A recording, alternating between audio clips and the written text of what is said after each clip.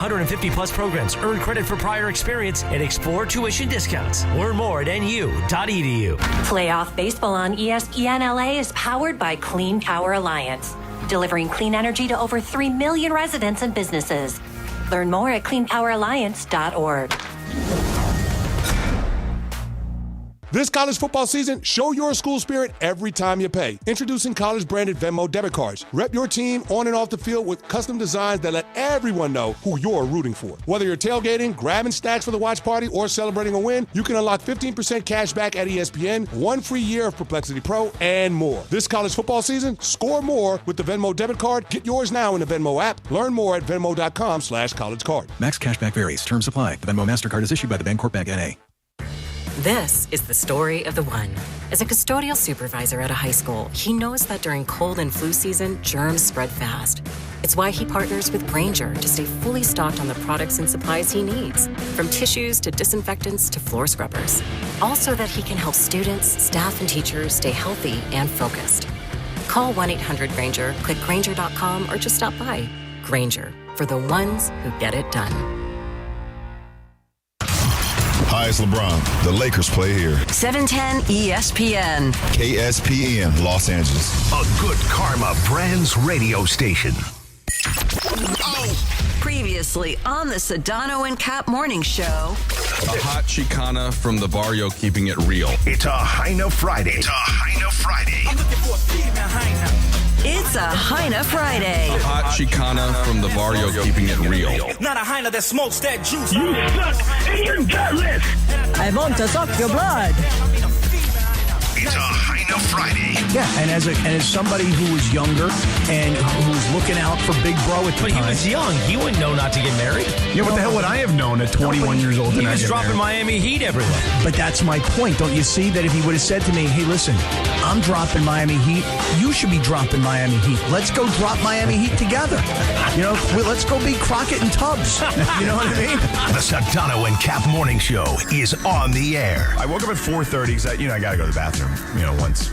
But, only once per night? Only once, yeah. Hey, nice prostate. The biggest show in ESPN LA history. Because it's Friday, you ain't got no job, and you ain't got nothing to do. Give me a freaking break. Friday, gotta get down on Friday.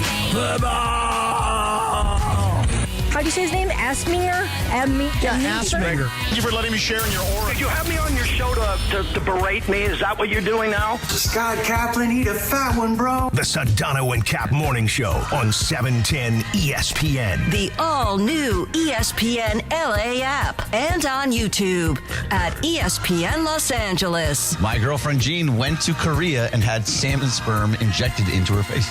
Beautiful. Okay, let me tell you something, Mean Gene. That salmon sperm's going to make all the difference tonight, brother. We're bigger than U.S. Steel. Right now. Wow, that's crazy. Well, you want to woo-woo? Bit Boy. It's a Heina Friday. Hey, what's up, everybody? It's Heina Friday here in the Sedano and Kap Morning Show. Hey, fellas, charge your football. Charge your football. We're getting there. We're going to get there. I got one question for you. Who could possibly have it better than us? Nobody! This is Pepe Mantilla, your Spanish voice of the Los Angeles Lakers. And it's a Heina Friday.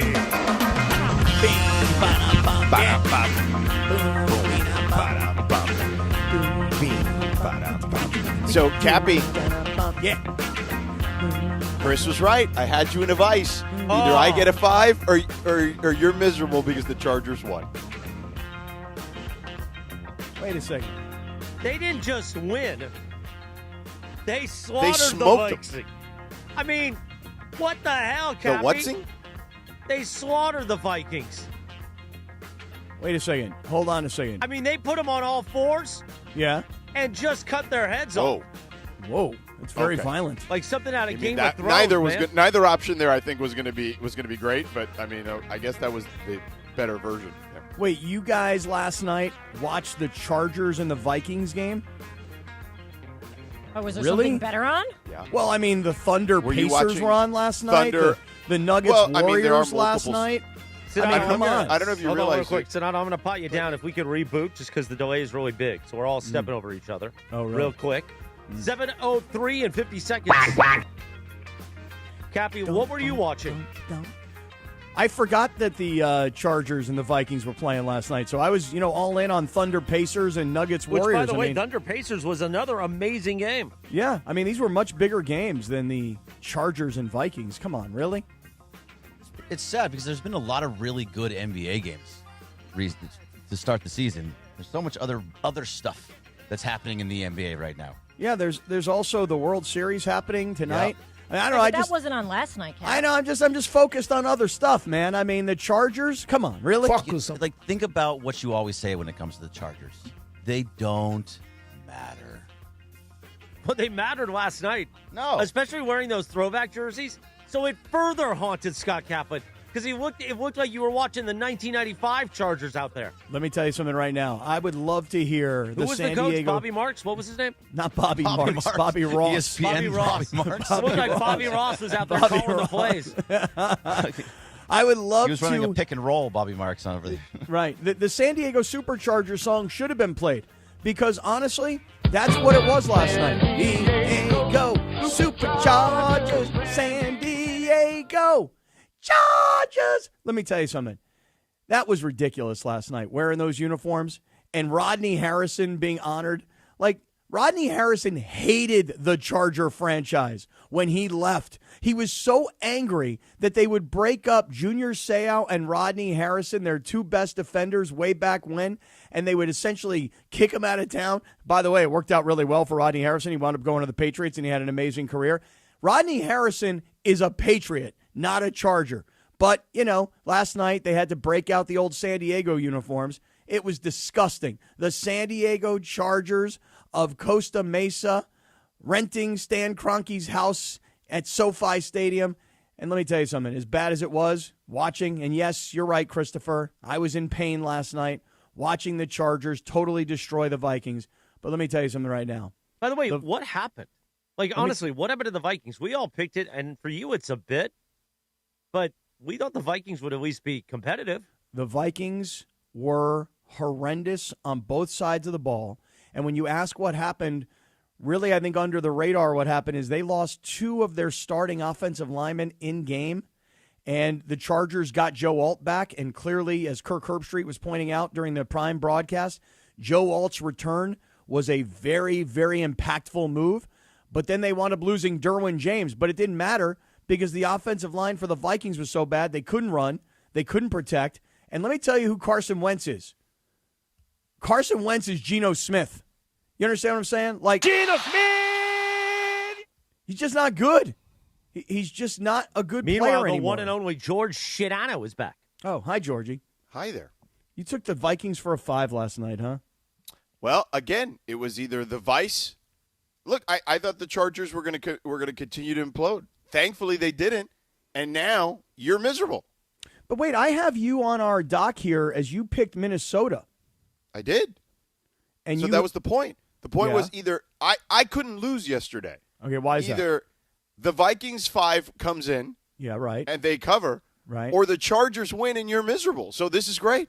It is kind of a weird psychological feeling when you are not rooting for a team to win, you're rooting for a team to lose, and when the team wins, it's the opposite of what you wanted, and therefore you're miserable. That's where I'm at right now. I'm miserable because the Chargers won because I was rooting for them to lose. But I'm even more miserable, George, because those uniforms that they were wearing last night, those were the old San Diego Charger, Junior Seau, Billy Ray Stan Humphries, Anthony Miller. Those were Drew Brees before Drew Brees got shipped out of town. I mean, those were the old school San Diego Charger uniforms. Did it really get you in the feels, Cappy?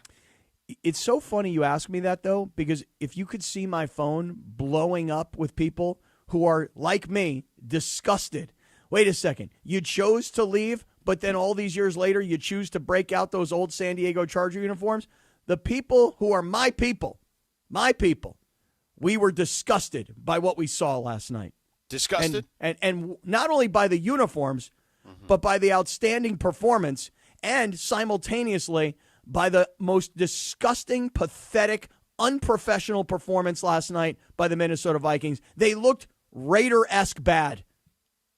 You want to know something crazy I saw, Cap? Tell me.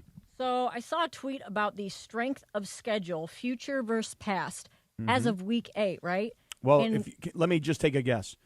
Going forward, the Chargers' schedule is ridiculously easy for the next few weeks. It is. No, it actually gets harder. It will. No, Eventually. Theirs gets easier. I'm sorry, I mixed that up. But Minnesota's, they had the number 1 easiest schedule for the first 8 weeks, and now they have the number 32 easiest schedule. So they went from having the easiest schedule to the hardest schedule. So for anyone that thought they were a playoff team, especially like Mike Trudell, who will be on later, I think he's in for a reckoning. Yeah, he'll join us in the YouTube only hour. He was at the game last night. Mm-hmm. And by the way, there's some confusion. He had a Comrex wins, but now his Comrex is on the road. No, he was saying he could use the Comrex on the road like he can use John's. Oh. He doesn't have one at home. Oh, okay. I'll tell you this, the Chargers' schedule, they play at the Titans, no problem. They host the Steelers. We'll find out what the Steelers are all about this Sunday night when they play the Packers. Then they're at the Jaguars, which is potentially a tough game. I mean, they did have a 27-0 lead over the Jaguars in Jacksonville in the playoffs, and they blew it in the second half. And then they've got the Raiders, which is a very big game for me, because if I lose that game, if the Raiders lose that, then I'm really screwed because I made a bet on that one, and then I'd have to show up in a Bolt Pride T-shirt. And then they'll come back to reality when they play the Eagles, the Chiefs, and the Cowboys. But, man, last night, that really was pathetic last night. Minnesota, you guys should be ashamed of yourselves. That was a Geno Smith performance out of Carson Wentz. That was terrible. Sedano, you were spot on, too, with the Rondé Gadsden. He has been a revelation for them, too. Dude, he's fantastic. He's great. A beast. Like, he's going to be a stud for a long, long time. He nailed their draft. We talked about it in real time. The kid they drafted from Auburn and Penn State, the wide receiver, he's good. Arande's good. And Omarion Hampton, when he's healthy, will be good, like, for a long time. Like, they nailed their draft in a big way. By the way, Cap, you're going to pick up points on me now. Because I took it as a 3 and you took it as a 1. So there's going to be, even though we mirrored each other to stay competitive, there's going to be a differential. I did not feel confident in the slightest bit in Minnesota yesterday, but I can never, ever, ever pick the Chargers. So I took the Vikings. I only made it my 1 because I didn't feel real good about it. But, George, you sacrificed your game this week by picking Minnesota at a 5. That's fine. I did what I needed to do to make sure today you were ready to cry a little bit and have good content. I was definitely crying last night, and it just got worse and worse as the game went on. Carson Wentz is so bad, and this is why he's been, from a one-time people thought of him as being an MVP. Right. They thought and his career has gone down and down and down. And I'm waiting for J.J. McCarthy to come back. But I think that Kevin O'Connell, I know they talked about this a lot during the broadcast, Kevin O'Connell's got a plan. And the plan is to not get his essentially rookie quarterback killed because the kid is coming off of a knee injury a year ago. He hasn't played. So you got to treat J.J. McCarthy like this is his first year, and we're going to get him in later in the season. We don't want to get him killed right now. And come on, got to get J.J. McCarthy back in there. Got to find out what this kid's all about. Carson Wentz has started for 6 different teams in 6 straight years. I'm trying to think of – so it started in Philadelphia, right, obviously? Yeah. And then I can see him in Indianapolis for a little while. Indianapolis for sure. Yeah. Didn't he play for the Chiefs for a second? I believe so. Then let's see. So here's the Eagles, the Colts. So it lasts the 6: Eagles, Colts, Commanders, Rams, Chiefs, Vikings. Oh my God! Rams. Completely. Oh, that's right. Forgot. He was here. Yeah. Completely forgot. And started a game. Yeah. All 6 different teams, 6 different years. I mean, Baker Mayfield coming to the Rams and starting and beating the Raiders. That I remember. Carson Wentz. What year was that? Was the it Rams, 2 years ago? 2023. I don't even remember it. No chance. Was it more than one start or just one start? I think it was a start on in week 18. Yeah. Cappy, were you really watching the NBA yesterday too? I was watching some of the NBA last night because, listen, Thunder Pacers, I'm like, oh, wait a second. Rematch of the championship last year? That's kind of cool. Not the same. But Rick Carlisle still proves that he's a really good coach, and they are a deep team. Like, that was not – yes, they don't have Halliburton, but they're still not – they're not going to, like, go away. Like, they're going to be competitive. And then the late game, the Nuggets and the Warriors last night. I mean, that's I know it's only the second game of the season, but Steph Curry in that game yesterday, holy moly. Right. I mean, 42 points. The guy is just incredible. I don't care how old the kid is. He's just amazing. And when you put Denver and Golden State together, even in game 2, that screams playoffs to me, and we're 80 games away. Yeah, Jokic actually had a, by his standards, not a good game. So I was in on a little bit on the NBA last night, but yes, I admit it. I was much more focused on Chargers Vikings, and then let me tell you what happened. Let me tell you guys what happened. You want to know what happened? By the way, I Happy? loved Pepe in the good. Open. Actually, before we get to what happened, let's cleanse the palate. Talk about the morning wood, shall we? I'm holding it up right now. Sure. Turn it around if you don't mind. Turn it around to the camera. You want me to turn around the morning wood? I want you to flippy floppy that thing. Look how nice that wood is. We're getting some of that. Let's talk about our friends with the hardwood in the morning wood, Hernandez Wholesale Flooring. It's smooth, beautiful wood, okay? And if you need that new hardwood in your home, your rental, or even your ADU, or how about your business, like Dr. Clapper? He called Steven Hernandez, the crazy Hernandez brothers, at 866-62-FLOOR, and you could too, all right? Hernandez Wholesale Flooring, legitimately family run. I've told you this before. Papi Hernandez started it 57 years ago, and he's still there, making sure Steven and Carlos do their thing, okay? Mom's there, aunts, uncles, nephews, nieces, cousins, brothers, as we've mentioned, sisters, daughters, sons, all there. Authentic old school TLC and actual wholesale pricing year-round. No bogus sales, no gimmicks, just the best price from the start. And that's why I say it, and I mean it. No sale beats wholesale. So whether it is that hardwood, the laminate, the tile, the vinyl, the carpet, you need turf for the outdoor, they got that too. You name it, they got it. Over 5 million square feet of in-stock inventory. You can see it, touch it, take it home with you on the same day, and that's huge, especially when trying to finish a project fast. It's why designers, contractors, builders all shop here. They know the crazy Hernandez brothers are always going to take care of you, and you could be one of those people they take care of too. At 866-62-FLOOR, just call them. By the way, if you're a first responder, active military, or veteran, you receive additional discounts on top of the already low prices. And if you find a better price, which I doubt, just call Hernandez at 866-62-FLOOR. Ask for the crazy Hernandez brothers. Tell them your square footage and the price you're getting somewhere else. They'll match, no questions asked. So head down to Hernandez Wholesale Flooring, OG location in Commerce. In the OC, they got you covered in Santa Ana. Call them at 866-62-FLOOR. That's 866-62-FLOOR. No games, no gimmicks, just the best price in town year-round, because no sale beats wholesale, homeboy. Check them out on the web, HernandezWholesaleFlooring.net. That's HernandezWholesaleFlooring.net. Or call them to get that beautiful hardwood at 866-62-FLOOR. What do you mean, Highness? What's wrong with you guys?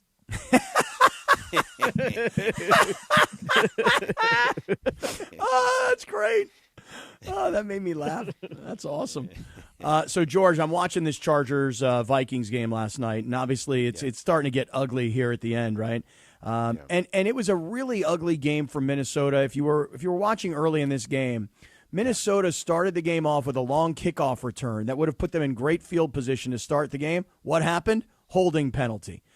In fact, later in the game, on another long kickoff return, another holding penalty for the Vikings on the same guy. The same guy. Crazy. Two penalties. That guy's going to get cut tomorrow. Exactly. Right? Yeah. So then, I want to say it was the first series of the game, Herbert throws a ball. Herbert. I know. As soon as I say his name, I hear the same. Herbert. Herbert throws a ball that the Vikings think they've intercepted, and they think they've taken to the house for a pick six, and they think they've got an early lead, only to find out that it was really ruled an incompletion. So between, penalties and what you thought was an interception and a pick six, it just felt from the beginning like this is not going to go the way of the Vikings at all. They, as you like to say, Cappy, motorboated them. They steamrolled them. They just destroyed them. I mean, this was not very competitive for very long. It felt like. I'm telling you, I go back to that Kansas City versus the Raiders game last week, and the worst thing I could say about the Raiders was that was an unprofessional performance. Same goes last night for the Minnesota Vikings. That was an unprofessional performance. And put it this way, I was so rooting for the Vikings because what I didn't tell you was this. All right, I had a little. Keeping secrets from me? I had a little surprise for the show this morning. I did, but it was all dependent. It was all dependent on the Vikings winning. Was Kevin O'Connell going to come on? Yes. But they no way. I swear to you guys. I swear. I had the whole thing set up, and the whole thing was dependent on the Vikings winning. If they win, of course. So I'm talking to Kevin's right-hand man, and I go, listen, we got to have him on this week. And they go, we'll do it Friday, but it all depends on the win. If we win, he's on. If we lose, not looking good. No, I get it. Yeah, me too. So here's what happened. Oh, man, Cappy. I know. So last night, the game is I mean, it's over, right? It's 37-10 or 30-10 at the time, and Minnesota clearly poses like no threat. Ooh, nice protein bars, George. I see you holding them up. Protein right cookie. Oh, very are nice. those cookies? Oh, those are good. Remember that one these time? These are same brand of the ones that we had that day, but these are not those cake ones. These are like chocolate chip. I'll never forget when you gave us that sprinkle one, and then we were at the bar, and Cappy looked over at me and goes, "Man, one of Sedano's protein cookies would taste real good right now." Probably needed something to absorb the booze that night. But I'm watching the game, and Rachel looks over at me, and she goes, can you just admit that the Vikings are not coming back and that this game is over? And there's like 2 minutes Oh, she wanted you to turn it off. Well, no, she wanted to watch Reacher and get. She wanted to watch Reacher and get hot and sexy. No. Actually, quite the opposite. They watch Hunting Wives first before that. Yeah, exactly. They gotta get warmed up. Oh, hold on, Lindsay. Hold on a second. What, did I hit on something there? You just hit on a very sensitive issue. Uh-oh. Okay. Rachel doesn't like Hunting Wives? No. Quite to the contrary. You couldn't get steamy? No, that could have happened as well. But here's 10 minutes. Here's what happened. Yeah, I understand that. So Rachel says, "Hey, look, come on, this game is over. Let's stop watching this game. Let's go back and finish Harry Potter." So, oh my God! Oh boy! Oh wow! The first one still. And so now she and I are having a debate about what platform is Harry Potter on. Now, do you guys know where you would go to watch Harry Potter? Sadly, I do. I would go to my Roku remote. Isn't it like and I would HBO? type it in. HBO. Right, you're right, George. HBO Max. So because we were on Prime, I started trying to find it on Prime. Prime tells you can watch Harry Potter, but it's going to cost you like $6.99, but you're going to watch it on Peacock. I'm like, why would I pay $6.99 through Amazon Prime when I've got Peacock? So I go to Peacock, I turn it on. There's like 200 seconds of commercials before they'll let us into Harry Potter because I forgot that it was on HBO Max. Well, while we're there, we're looking around at all the different platforms. The Hunting Wives comes up. And she goes, oh, maybe we should start watching The Hunting Wives. Did you already watch episode 1? No. I go, yes, I watched episode 1. She goes, did you watch episode 2? I go, yeah, I did. She goes, did you watch the whole series without me? And I'm like, well, you were in Arizona visiting your son for Parents Weekend. And I had to admit to her on the spot that I watched Hunting Wives without her, and she was only 1 episode in. Now, George, you tell me, what's the right move here? Do I lie and say, no, I haven't seen it? Sure, let's watch it. Or do I be honest and just say, hey, look, I watched it. I watched the whole thing. I'm sorry. Yeah, just be honest and be a man and deal with the consequences. The fact that there are consequences is a whole different discussion. Yeah, because we talked about this, I feel, a couple of years ago, and Sedano talked about how him and his wife, Kelly. Game of Thrones. Yeah, you watch it separately because George is on the road a lot. So it is what it is. Yeah. Yeah, so like we started trying to watch House of the Dragon together. And we would watch some of it together. And by the way, there were plenty of times I would want to watch an episode back because, as you know, House of the Dragon or Game of Thrones, any of those, super complicated storylines, right? So, like, you probably do miss stuff the first time anyway. So I would watch stuff again. But, yeah, it was like the first time she said, I was like, yeah, I'm sorry. I'm just ahead of you. And she's just like, all right, whatever. She's like, well, you want to watch it again? I'm like, sure. Yeah, I did admit, I was like, yes, I watched episode 2 of Hunting Wives. And she's like, well, did you watch the whole series? And I'm like, yeah. She goes, how could you have done that? I go, well, you were in Arizona visiting your son, and I got into it. So I just binged it, and it was only 8 episodes. And then I'm surprised because you seem like someone who would have wanted to watch it again. Well, you're bringing up an interesting point. Wait, time out. And you're also a liar, so I'm surprised you didn't lie. Well, I wanted to be an honest guy. Good for you, know, Captain. I wanted to. I said in the spirit of not being spineless. The truth of the matter is, I did go on and watch the entire thing. So, in the end, after the Chargers' complete demolition, complete motorboating of the Vikings, I then watched the last 30 minutes of Harry Potter, the original first Harry Potter. I finally got Harry Potter down, everybody. I've seen it. Did Rachel enjoy it? She loves it. She thinks it's awesome. She's like it reminds me of when my kids were young and I would read the books to them and then we would watch the movies, And I'm like, yeah, she liked it. She has a connection. You do not, right? Correct. Your kids have never got into Harry Potter, huh? Right. So she has like all this nostalgia around Harry Potter. Well, I don't know what year Harry Potter came out, the original, but I'm letting everybody know I'm catching up. I've seen Harry Potter. And I kind of liked it. Okay, yeah, I kind of liked it. I've never seen a second. Should I watch it? Yeah. I don't think you'd like it. Wait till they play Quidditch. I don't even know what that means. Hey, Quidditch is cool. Quidditch is pretty cool. 7:25 on a high enough Friday. Good morning. Sedano and Kap Morning Show. By the way, let me tell you this. This Veterans Day, ESPN LA and National University wanted you to nominate a hero for the Stories of Service sweepstakes. Share a photo of your veteran on Instagram and tell us how they make an impact in your community. Tag at ESPN Los Angeles and use the hashtag Stories of Service for your veterans' chance to win VIP Crypto.com arena tickets and share their story live with Mason in Ireland. Thanks to veteran-founded National University. Choose from 150-plus programs, earn credit for prior experience, and explore tuition discounts at nu.edu. We're just getting rolling on a high enough Friday, Jack. Smile. It's finally Friday, and you're starting your day with us. The Sedano and Kap Morning Show. Back in 2.5 minutes from right now.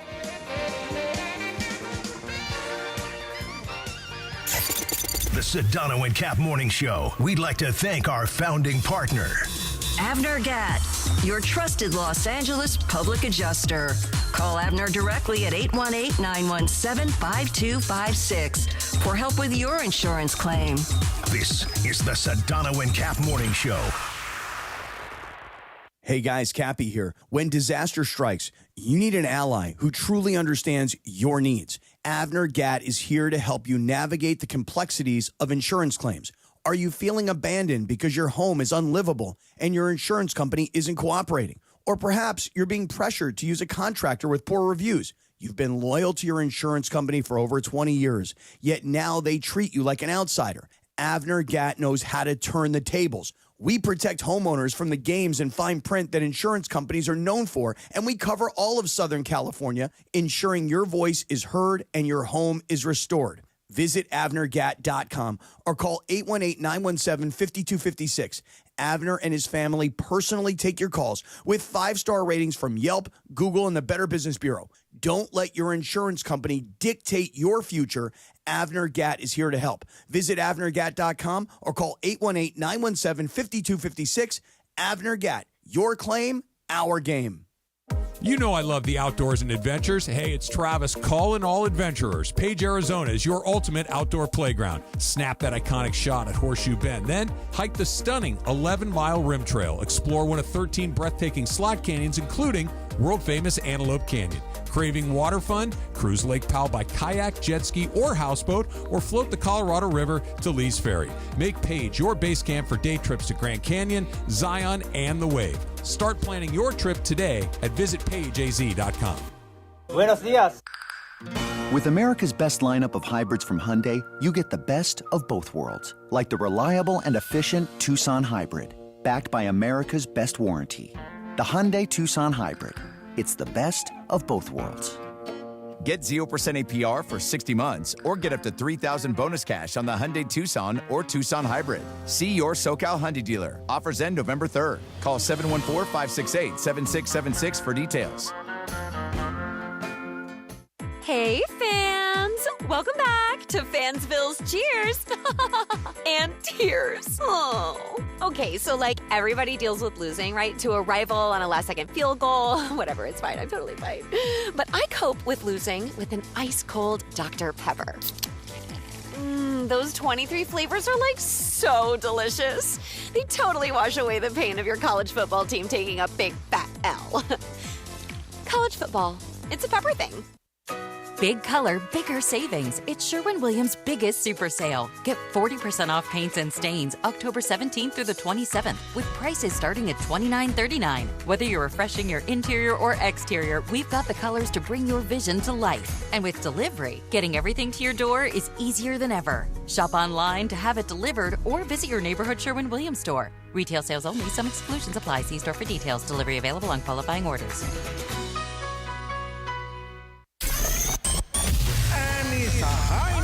Friday. This is Pepe Mantilla, your Spanish voice of the Los Angeles Lakers. What do you mean, Highness? What's wrong with you guys? This is the Sedano and Kap Morning Show on ESPN LA. Good morning, Scott. See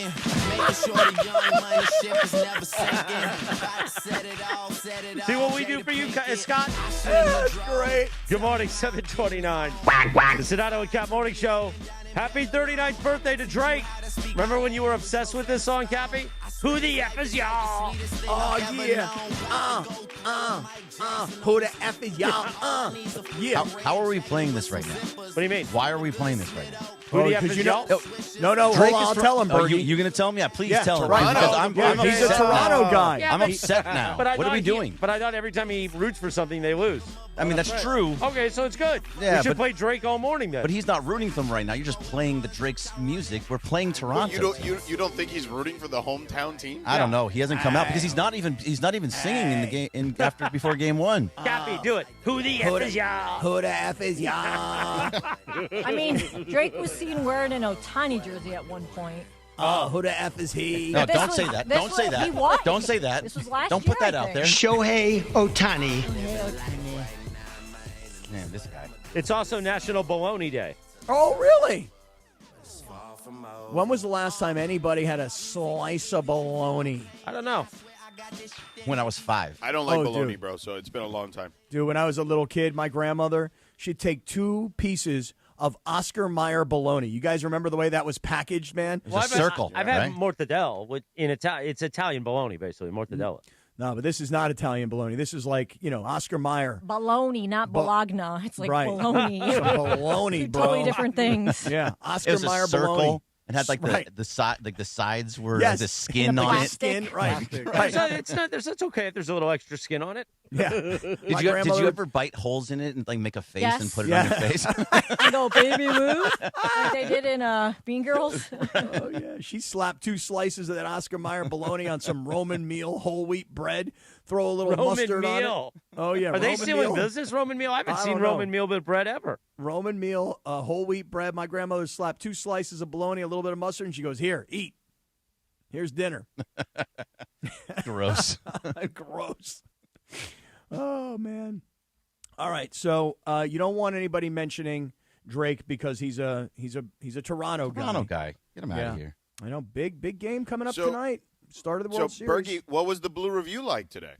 Well, we've all week we've been very upset about how the entire narrative around the World Series is. Are the Dodgers ruining baseball? If the Toronto Blue Jays win, the Dodgers are not ruining baseball. It did the same thing with the Brewers, so it was a lot of that. But we were just kind of talking about Trey Yesavage, who's the I like the Ya starter. Savage. Just Ya Savage. Yeah, You're Ya Savage. Yeah. Savage. So, yeah, we were talking a little bit about him, and the more we talked about the Blue Jays, the more I became confident in the Dodgers. Well, let's start off with this then. The whole Dodgers are ruining baseball thing. Can I just listen, as somebody who has seen a team go from no payroll and who was always brainwashed, the Dodgers are the bad guys, we can never compete. And that is a storyline that lots of franchises have. The Colorado Rockies owner complains about it all the time. Milwaukee says we can't do that, but we have to do this. But seriously, like when you think about what the Dodgers have done, they beat the Phillies, and the Phillies have a comparable payroll, do they not? Yes. Yes. Comparable. I'm not saying that it's as much. Well, I'm just saying it's comparable. I mean, the Dodgers' numbers are a little fudged, but yes. Right. The Dodgers' comparable numbers, right. It's fair because the Ohtani contract does not show up as being whatever it is, $50 or $60 million on the payroll, okay? But Philadelphia has got a top-level payroll and a team full of stars. Milwaukee, yeah, they're the little guy, and they're the fundamentally sound team. And guess what? You know what you found out? Fundamentally sound gets smashed by power, okay? And now you get to Toronto, and Toronto's got a comparable payroll. And I say comparable, I'm not saying it's dollar for dollar. I'm just saying that they have a $50 million a year player. They've got a $260 million payroll. They're a major market team. They're like 4th or 5th in payroll. Yeah, so this whole idea, I guess I see it differently now, is all I'm saying, is that, you know, when I was down in San Diego in the early parts of the 2000s and the ownership was like, we'll never be able to compete with the Dodgers. No, you can. You can compete with the Dodgers. It just requires that you actually go spend money. But most of these owners are into making money, not spending money. And they all make an S-ton of money. So it's just a very convenient thing. Everybody blames the Dodgers. And by the way, if they didn't blame the Dodgers, guess what, Bergie? You know who they'd blame this year? They'd blame the Yankees. Sure. You know, or if Toronto was playing Milwaukee, everybody'd be like, oh, Toronto, look what they've done. Look how much money they've spent. It's just, it's unfortunately, it's most of baseball's cop-out. That's all. It's very much how much money you put back into your team, and the fact is that the Dodgers make a lot of money. Their revenue is very high off of their team, and they put 75% of it back into the team and back into the facilities. Whereas teams like Pittsburgh and Chicago White Sox and the Marlins and teams like they're at the bottom, they all put about 25% back into their team. That's where the issue is. It's not that the Dodgers are spending more. It's that the other teams are not spending. Look, I've said this before. You know, again, I'll use San Diego as an example because it's something that I was close to. The fact is this. There are certain owners in baseball that are in the business of winning championships. And then there are other owners in baseball that are in the business of making money. And so when you have a team and you're like, hey, you know what? It doesn't matter that we're a sub 500 team. People come to the ballpark. The food is good. The beer is good. They've got good, cool local stuff going on. And other teams are coming into town. Great. We make a lot of money. Well, why don't you guys spend a lot of money and get competitive? We don't want to. Why not? Because then we make less. So it's just a business thing. Some owners are in the business of winning World Series. That's the Dodgers. That's the Phillies. That's the Blue Jays, the Yankees. And other owners, even the Padres, are now in the business of trying to win. So that's what it was really about, is that we're tired of hearing this narrative. And even Jason Stark put out a whole nother article today on the day of the World Series about this exact same topic. It was very frustrating that there's a lot of things to talk about for the actual game, and it's just built around this. Yeah. Well, hey, listen, the Dodgers are better at building teams than other organizations are. And again, I'll just point out that if you take a look at the makeup of this team and you say, hey, look, they went to Japan and they got Ohtani. And guess what? When you got Ohtani, other Japanese star players want to come play with Ohtani. And these are good ball players, and they're good guys in the clubhouse, and they're professional, and they're disciplined, et cetera, et cetera. And then you say, well, look at the American ball players they got. They went out and got Freddie Freeman. They went out and got Mookie Betts. They've cultivated relationships, long-term relationships with the likes of a Max Muncy. They went out and got a Tommy Edman. They have gotten the most out of Will Smith. I mean, so they've gone from here's the Japanese dudes, here's the American dudes, and then they got other guys, man, like Teoscar Hernandez. Again, that's another guy that they brought to the team. And then it was a one-year deal, and then it became a multi-year deal. And you get so much out of Kike Hernandez because he's so clutch. So, Andy Pages, who has come up big in this postseason. So they've done such a great job of building a clubhouse made up of international stars, American stars. They've just so many of these franchises, George, they just look at the stats. And they go, well, if this guy hits 320 and this guy hits 280 and this guy hits 275 and we put them all together and they all hit for their averages, we're going to be really good. The Dodgers do it a little differently, and I've grown to appreciate this. The Dodgers say this: how will all of this mix in a clubhouse? It's Right. not just about stats and ERA and batting average. How will everybody mix as a team? And they do more than just look at numbers. They consider how to they build look a at team. the chemistry experiment in the clubhouse. I don't think there's any question. And look, more times than not, like there was a time, remember, we spent a lot of time discussing Freddie Freeman's adaptation to that particular clubhouse. Remember? That Clayton Kershaw had to pull him aside, yo, bro, stop enough crying about Atlanta. Right. Yeah. So, yeah, and even that is not always a smooth transition, for sure. Yeah, and then by the way, Anthony Motisi in the YouTube chat says Bergman looks nervous. Nervous? By the way, what does Motisi- nervous look like? Stunad. I haven't heard that in a while. I know. But why do you look nervous? Do you look nervous for the Blue Jays? I don't think he looks nervous. I have no idea. I don't know what nervous Just reading look the like YouTube while chat. I'm That's all I'm saying. standing here. Who the hell is Stu Nod? Stunad. Who's that? I don't know any. A guy lot of named people Stu around Nod. here. Probably the same guy who knows what sand in the liver is. Stunad. I mean, you know what that means? Wet. What happens? It's just an Italian slang for being an idiot. Yeah, stunad. You can't grasp the concept, Cappy. Oh, I thought you guys were playing some dude's name, Stu Nod, Stuart Nod. Like Savage. But we shorten it down to Stu. Yeah. Stewie. Like yes, Savage. Yes, Savage. Hey, we are going to start a promo service, a series of we apologize for the Sedano and Cap morning show this morning. It's just going to be that. Yeah. Hey, the guy. Actually, all the promos should run that way. Yeah, I know. That is a good all idea. the promos should run that way. Everything should be an apology. That's a great idea. Hey, Bergie, this pitcher for Toronto, real quick. Yeah, Savage. Lindsay and I were having a pre-show convo. Savage. And she said, he's a Radio Ronaldo sort of a storyline. Did you guys know this? Yeah, he is. He's very much is. So he was in Single A to start the year, and now look at he went up to Double A, Triple A, and he's only had I think 6 starts in the major leagues, and now he's starting game one of the World Series. You got to say this, Cappy, in your Radio Sorry. Ronaldo. 3-2. Go ahead. 3-2. So the starting pitcher in Game 1 of the World Series for the Toronto Blue Jays is a 22-year-old rookie. A year ago, he was a first-round draft choice, the 20th pick out of East Carolina. And in his first year in Major League Baseball, he started at Single A. He was promoted to Double A. He was doing so well, they brought him up to Triple A. But who would have ever envisioned a 22-year-old rookie going through all levels of baseball to start Game 1 of the World Series and have the first batter that he faces be Shohei Ohtani? It is truly Shohei Ohtani. Ronaldo type story. Buenos dias. Buenos dias to you, senor. I mean, that is pretty crazy.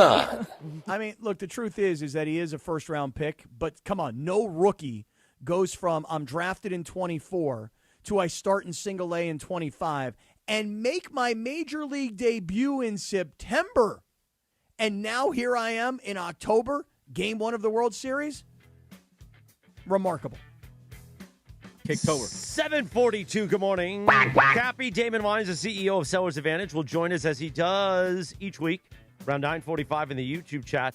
He's got a whole Game of Thrones thing about Lindsay's picture that he saw in the building, but we'll get to that then. Tell us about our friends at Sellers Advantage, please. Hey, guys, if you are thinking about selling your home and it's something you've been thinking about for a while, maybe your kids are out of the house and you're like, hey, you know what? We don't need this big house anymore.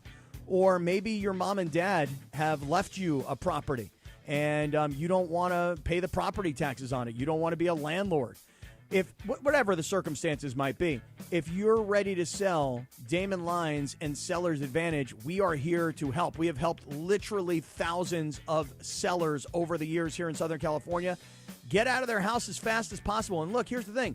When you go to sell your house and you hire an agent, that agent may tell you you need to spend a lot of money to make your house look a certain way so that you can get top dollar for it. That's not the way we work at Sellers Advantage. We actually come to your home, look around, and say, here's a competitive cash offer. We'll pay you in cash. You don't have to fix anything up. You don't have to spend any money. We will pay you in cash. And the beautiful part about this is you don't have to worry about the transaction falling through. You're getting paid in cash. And by the way, it happens real fast. And oh, by the way, here's more. Should you need money for moving expenses, you don't have the cash right now, Damon and Seller's Advantage will front you $20,000 to help you with your moving expenses. It's the easiest way to sell a house. It's Seller's Advantage. So call them up and let them come over and give you that free, no-obligation offer. 888-390-AS-IS. Like, that's how we're going to buy the house. 888-390-AS-IS or 888, I'll slow it down, 888-390-2747 or visit them online at sellersadvantage.com. Don't worry, sell Cappy with Seller's Advantage. Ooh, I like that. Don't worry, sell Cappy. See that? That is nice work, Cappy. That's why you're a broadcast professional. You know that? I actually, stole that from one of our listeners who said that when they hear that, that's what they hear. All right, then. Okay. Stole it.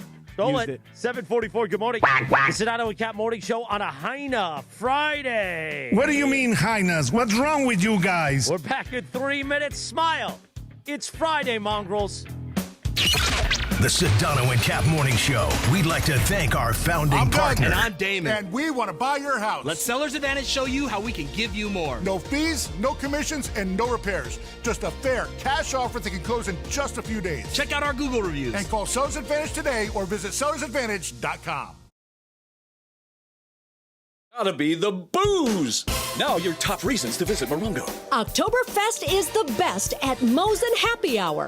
Half off hot bar bites and cool cocktails. Number 2. One rewards card player will win $10,000 cash October 26th. And the number 1 reason. There's Halloween, and then there's Carnival at Morongo. You could win a new Land Rover Defender October 30th. Morongo, good times.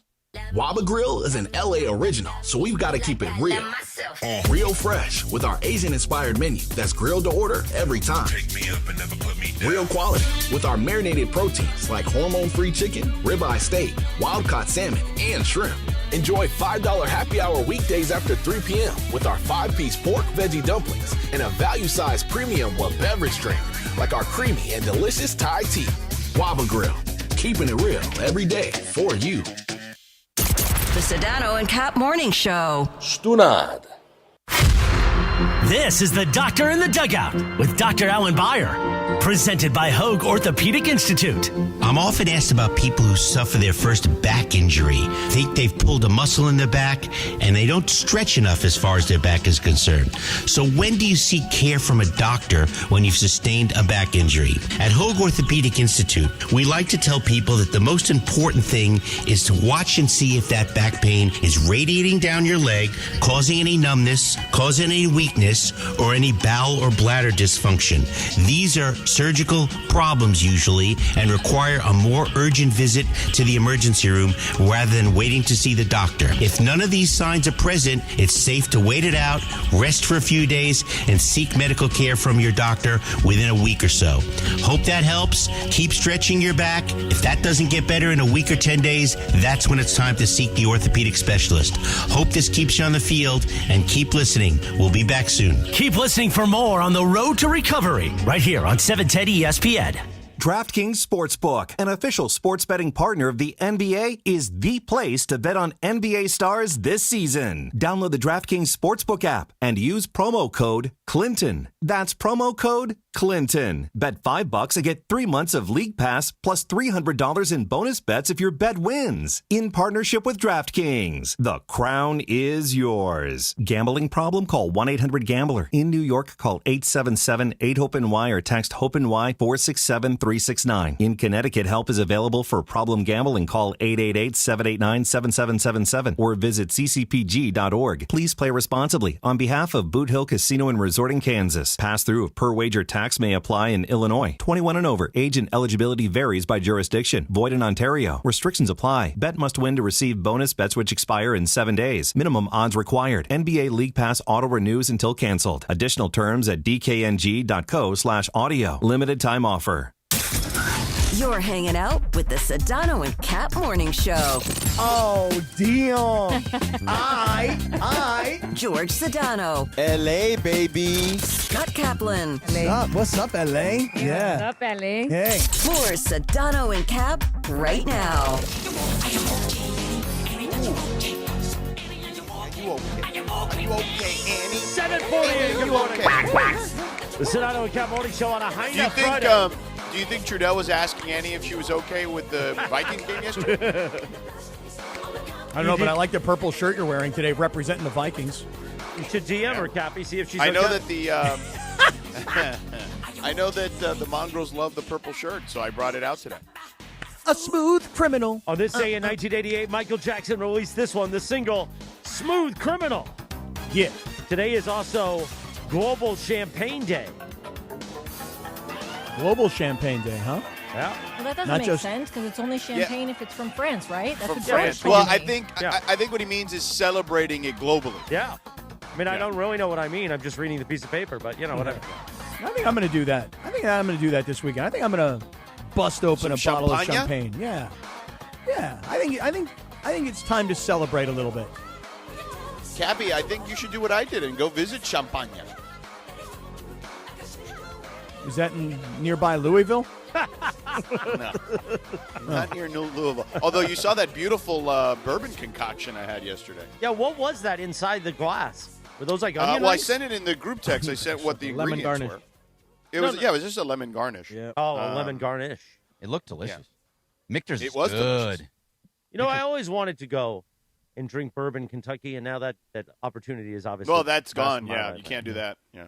But it's always nice to Although- have friends send you pictures of cocktails when you're in recovery. Isn't that right? No, it's fine. Don't do that, Captain.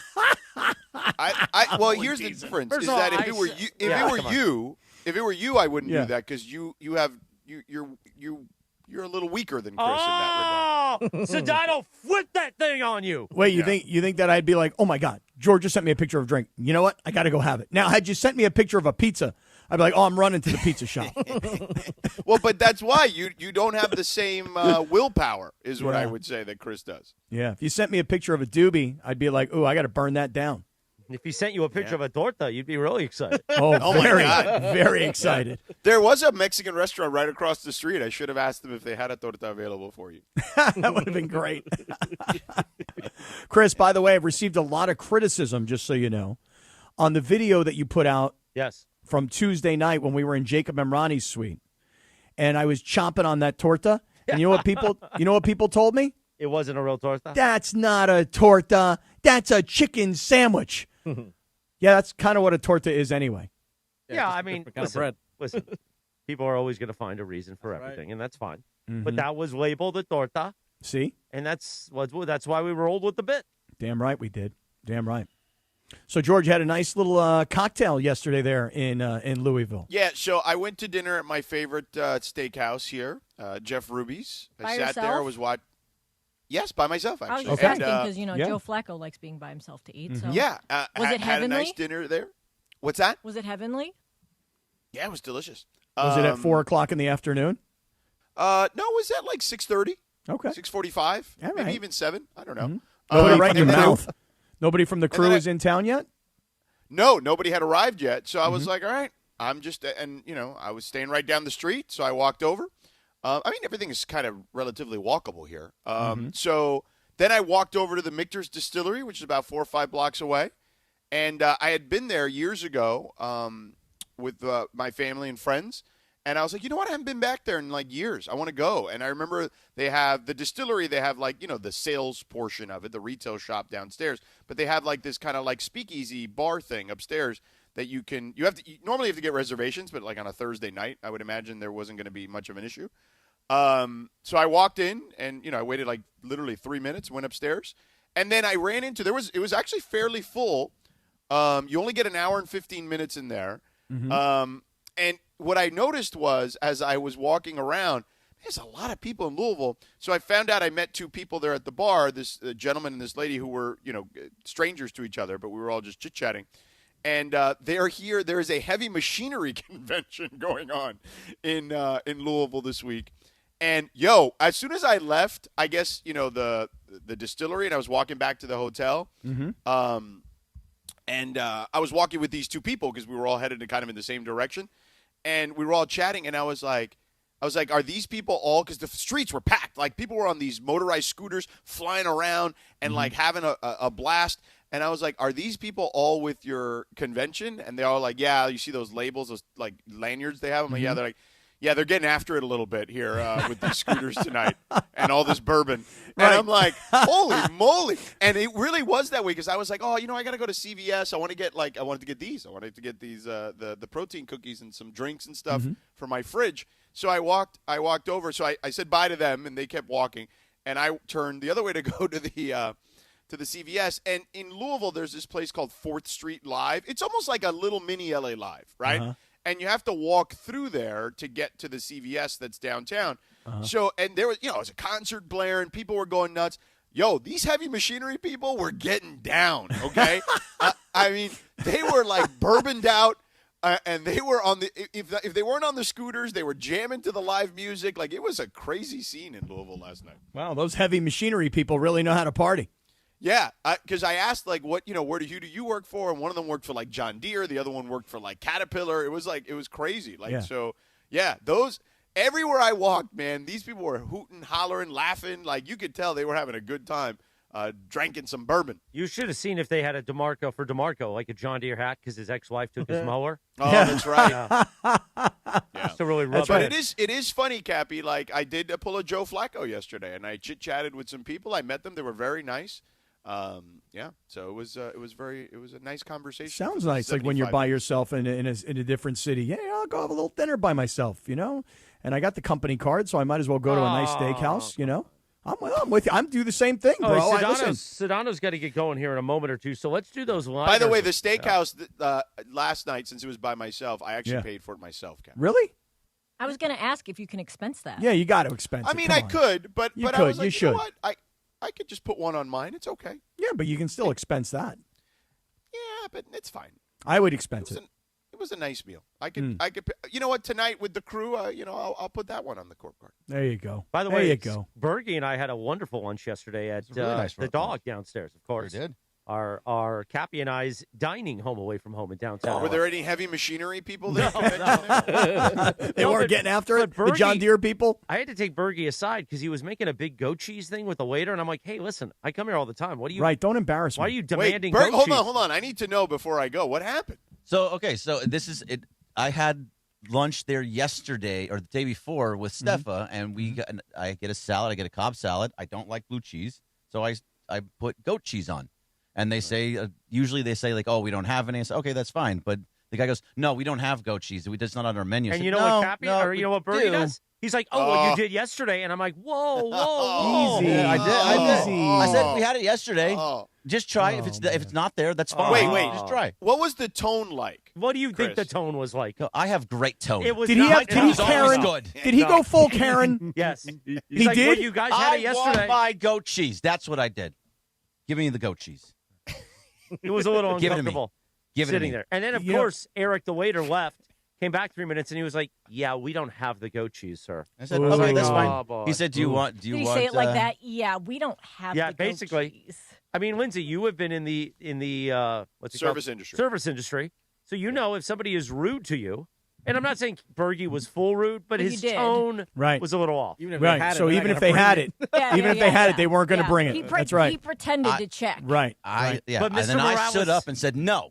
I want you to go back there again, find out if there's goat cheese, because I want my goat cheese. Did somebody film you? No, I hope not. I mean, I there feel might like have that's been. something that would go viral. As soon as someone stands up, you're getting filmed. Berg, are you sure it was goat cheese you had the last time? Yeah, yes, I am sure. It was good too. Not it was very feta. tasty. By the way, I didn't. No, yeah, not and feta. they did offer feta instead. And I said no because me and feta don't get along. Oh, really? No. Oh, wow. You have a Cappy situation? I have a very much a Cappy situation, and it's almost immediate too. Oh boy. But Chris, I'm with you.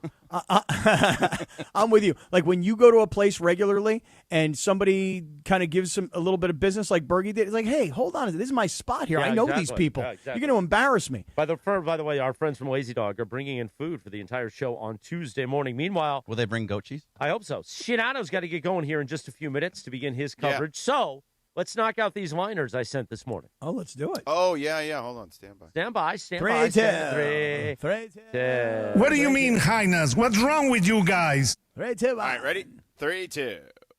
Hey guys, it's Sedano. This is Lakers basketball on ESPN LA. You know, every weekday, your first place to hear about Luka, LeBron, and the purple and gold is the all-new Sedano and Cap morning show. Yeah, he cut out. You got to do him again. Oh, 3-2? 3-2. Those are your Comrex. Oh, sorry. Hey guys, it's Sedano. This is Lakers basketball on ESPN LA. You know, every weekday, your first place to hear about Luka, LeBron, and the purple and gold is the all-new Sedano and Cap morning show, 7 to 9 a.m. on the terrestrial side and YouTube-only hour from 9 to 10, right here on your home of the Lakers, ESPN LA. Nicely done. Next one. 3-2. Hey guys, it's Sedano. Enjoy your weekend. Monday morning, we're all over the Dodgers in the World Series. Real Dodgers talk, plus Lakers, Bergman's gutty little Bruins, the LAFC, LA Kings, and more. The all-new Sedano and Cap morning show, 7 a.m. Monday on ESPN LA. Nicely done, Sedano. Cappy, we'll do yours too here in a moment, but let's say goodbye to our friend George Sedano. Hasta luego, hermano. Bye, Sedano. All right, Cappy, knock yours out since the last time we did this. You didn't do them. I emailed you later that day, and you never responded. Yes, it was one of those Fridays where I just closed my computer. Just go. 3-2. Hey, guys, it's Cap. This is Lakers basketball on ESPN LA. You know, every weekday, your first place to hear about Luka, LeBron. LeBron, he ain't playing. I ain't mentioning no LeBron. He ain't playing. All right, let's do this again. 3-2. Oh, that wasn't good for the... No, that's definitely not good. No. Hey, guys, it's Cap. This is Lakers basketball on ESPN LA. You know, every weekday, the first place to hear about Luka and the Lakers and the purple and gold is the all-new Sedano and Cap morning show, 7 to 9 on the radio side, then 9 till 10 on the YouTube side, right here on your home of the Lakers, ESPN LA. How was that? How'd you guys like that? Nicely was that done. good? Next was one, please. Page 2, 3-2. Hey, guys, it's Cap. Enjoy your weekend. Monday morning, we're all over the Dodgers and the World Series with real Dodgers talk, plus the Lakers, Bergies, Bruins, LAFC, LA Kings, and more on the all-new Sedano and Cap morning show, 7 a.m. Monday on ESPN LA. There we go. Nicely We need done. to pay that off on Monday. We got to make sure that on Monday we mention the LAFC. Give them some love. Okay, well, you're one of the hosts of the show. Your name's on it, so It is a playoff game. I like how Sedano, before he left, he said 3-2. Yeah, like it was a question. 8 o'clock at 710 ESPN, KSPN Los Angeles, a Good Karma Brands radio station. All right, we've got Mike Trudell ahead today, Beto Duran, Sammy Batesh, and our friend Damon Wines, Fun and Frivolity. It's a Friday. Dad has left us, and you know what that means on a High Enough Friday, right? You know what it means. A hot Chicana from the barrio, keeping it real. Hey, what's up, everybody? It's High Enough Friday here in the Sedano and Cap Morning Show. All right, we'll be back in 3 minutes from right now. Oh, we should do a morning roll call. 877-710-ESPN. Morning roll call time, since Sedano can't tell us how bad of a bit of it is. So we want your calls. 877-710-ESPN. The Sedano and Cap Morning Show on a High Enough Friday. Smile, suckers. The Sedano and Cap Morning Show. We'd like to thank our founding partner, Cadillac of Beverly Hills. Cadillac of Beverly Hills. Experience luxury at the top of its game. Visit CadillacBeverlyHills.com. This is the Sedano and Cap Morning Show. The Los Angeles Lakers are proud to celebrate 50 years of legendary partnership with Toyota. Toyota has been the exclusive automotive partner since 1976. The upcoming Lakers season will honor the purple and gold's history with Toyota and highlight the collective impact they bring to Los Angeles. Driven by shared legacies of high performance, experience, and resilience, the Los Angeles Lakers season is presented by Toyota to mark the historic milestone. Visit Lakers.com/Toyota-50 to learn more. Hey guys, it's Sedano. It's game time at Hernandez Wholesale Flooring. Just like LAFC protects their home turf, we help you protect yours with quality floors at unbeatable wholesale prices. No gimmicks, no markups, just deals every day. From waterproof hardwood to carpet, laminate to artificial grass, the crazy Hernandez brothers have you covered. Don't settle for anything less than a championship level home. Call them at 866-62-FLOOR, that's 866-62-FLOOR, or shop on the web, hernandezwholesaleflooring.net. No sale beats wholesale. What's going on? It's Beto Duran, and I love rolling around in my Toyota. Tacoma, to be exact, and right now it's Trucktober. If you're in the 818, go check out the All-Stars at Northridge Toyota. In the 626, it's all about Wondries Toyota. And right now, Trucktober is here for you. Lease a brand new 2025 Tacoma for just $164 a month or 36 months plus tax. Northridge Toyota or Wondries Toyota. Serving all of SoCal sports fans, they make it easy. Lease excludes tax, title, license, registration fees, and dealer options and changes. $59.99 cash or trade equity down. Expires 10/31/25. Discover the bold taste of tradition with Amor Salsita homemade authentic salsas. Hi, this is Jerry with Amor Salsita. From dipping your chips, marinating your favorite dish, topping your tacos, Amor Salsita brings the vibrant flavors of Mexico straight to your table. Salsas with smoky, juicy, chunky tomato, roasted tomatillos, and mango habanero flavors. Visit amorsalsita.com and discover the flavors and recipes. Pick up your Amor Salsita at any Albertsons, Vons, or Pavilions in the produce department. From our kitchen to yours, Amor in every bite. Score a win this game day with Amazon Pickup. Need that new football jersey for the big matchup? With Amazon Pickup, you can collect your order from secure Amazon lockers or counters near you and on your schedule. Whether you're running from work, home, or straight to the tailgate, Amazon Pickup makes it easy and worry-free at no extra cost. Don't miss kickoff. Grab your gear and packages when it works for you. Find your nearest Amazon Pickup location at amazon.com/pickupmvp. That's amazon.com/pickupmvp.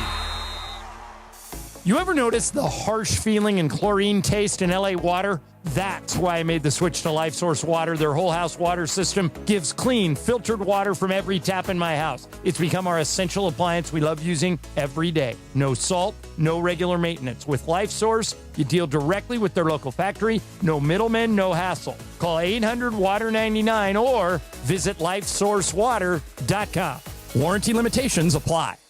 Tire care shouldn't come with extra costs or surprise fees. It should be simple, straightforward, and stress-free. So at Midas, they're rolling out the limited lifetime tire guarantee, included with every tire purchase with paid installation. You'll pay nothing for flat repairs, nada for flat replacements, zilch for tire rotations every 5,000 miles, and zero for other preventative maintenance. So with this limited lifetime tire guarantee, you'll pay a whole lot of nothing compared to what the other guys charge for tire care. That's the limited lifetime tire guarantee, only at Midas. Switching to Progressive is a game-winning call. And that reminds us of other game-winning calls in the history of sports. It was a doubleheader in August and really hot inside the concession stand. So instead of waiting for people to come to me, I figured I'd walk around yelling, "Hot dogs here!" And that's how I became the first hot dog vendor in sports. Okay, not really a game-winning call, but it was a good call. You can make one too. Switch to Progressive and you could save hundreds. Progressive Casualty Insurance Company and affiliates, not available in all states. Mornings on ESPN LA will never be the same. That is a steamroll demolition motorboat. Sedano and Kap have taken over Morning Drive. You're a grown-ass man. Do whatever you want. Back to the guys. 8:06, good morning. The Sedano and Kap Morning Show on a Heine Friday.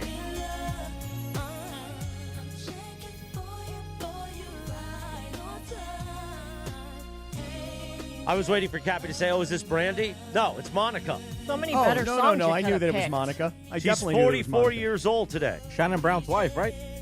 From the Lakers? Yeah, maybe. Shout out. Monica, huh? Good song. I was trying to Shazam it so that I knew what it was. How can you, is Shazam still a thing? I don't know if it is or not, because every time I go to it, it doesn't work, but I kind of figured it was me. How does Shazam still exist? How did Apple just not integrate it into their phone or something? It is integrated Yeah, into oh, it is? phones, Yeah, yes. you asked her. Oh, I have it on my watch. Really? Virtually well, It's yeah. it's like automatically with the new update. It's in your the I'm not tools updating. thing. I'm gonna kill my phone. And the widgets. All right, 877-17 ESPN, little morning roll call time. Who's it brought to you by, Cappy? It is brought to us by Morongo Casino Resort and Spa. Good times. Less than 90 minutes for wherever you are. Let's go to Luis, our friend in Valencia. Good morning, Luis. All right, man. So for Heine Friday, I've saved this all week. So last week, good morning, guys. Last weekend, my son had some baseball games in the Valley, and we were stopped at a stoplight, and I looked to the left. I'm like, hey, dude, check it out. I'm like, those are Heine's right there. And his eyes get like really wide. And he's like, he goes, those are Heine's? I go, those are Heine's. And so we're pulling away, and he goes, oh, Dad, they were definitely keeping it real. And I was like, I didn't expect him to go there. It was so funny.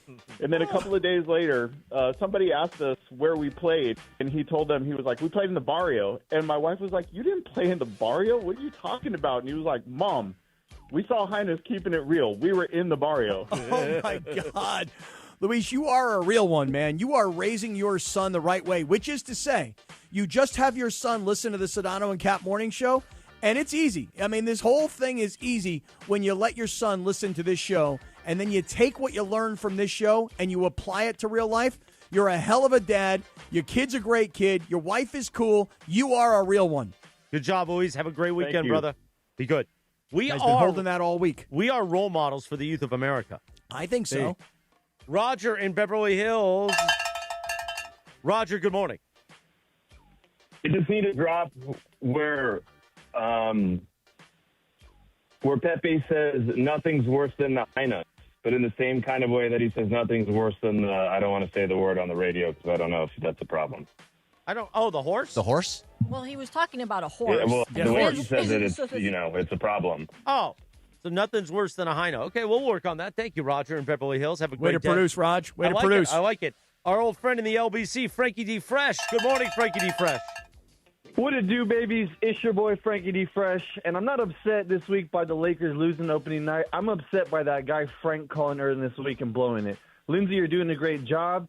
Also, I want to get into Heine Friday. I actually met a Heine about a month ago on a little run club with Beto Duran, and now tonight we're gonna watch. And now tonight we're going to watch the Dodger game together. You and your new Heine? Or the new Heine? Yeah, the Heine. Hey! Really? Hi, Poppy. Yeah, really? Shout out Beto. You know what's going to happen on a Heine Friday with the Heine watching the Dodgers? Oh, yeah. You know what's going to happen. Be good. Be safe. Okay? Can they eat a torta? Yeah. Oh, they might eat a right, baby. Get two of them. All right, Frankie D. Fresh, have a good day. You mentioned Beto Duran. Beto now joins us on a Heine Friday. Good morning, Beto. Good morning, everybody. Beto the Matchmaker is here for you. Yeah, Beto. So what happened? Do you know Frankie D. Fresh and the whole Heine things? You know the story? So I know Frankie because about a month ago, training for the Long Beach Marathon, we put together a run club with my friends, the Foos in Medicine. These two kids, they're grown men, that just graduated from medical school at UCLA. Right. And their account is called Foos in Medicine. Great story. We got to bring them in the studio one day. Yeah, Anyways, you've told us about these guys. Yeah, so we had a run club. About 30 people showed up, just different people, different followers. We met up in Long Beach, and Frankie D. Fresh was out there looking fresh, but I didn't know he was picking up girls while he was running, man. No, he was picking up Heines. Multitasking. And if it's the girl I think it is, well done, Frankie. Oh, Out of your beautiful. league, bro. But wait a second, just real quick, just a side note. Anybody who's ever been part of a run club, and I see a lot of these run clubs around where I live, and it's all like, it seems to me to be like younger people who are probably looking to meet other people, and they're young, they're good looking, they're working out, they're trying to be in shape. To me, they call it a run club, but it's really just a way to hook up. I mean, it's a meat market situation, is it not? Normally, those other ones, yeah, but this was an impromptu of, hey, anybody who's running the Long Beach Marathon, we're going to get together this day, chance to run with the Foos in Medicine, because they have a lot of inspiring words for people, and that's what it was. It was. Listen, you're burning calories running. You might as well burn calories doing something else. You're exactly right. I think people who work, I think men and women who work out together also all get down together. So like I have this one friend, this one female friend, and she's a major cyclist and runner, and she's like a total jock, right? And she goes out on these long bike rides with all these other dudes. Her husband's out on the golf course.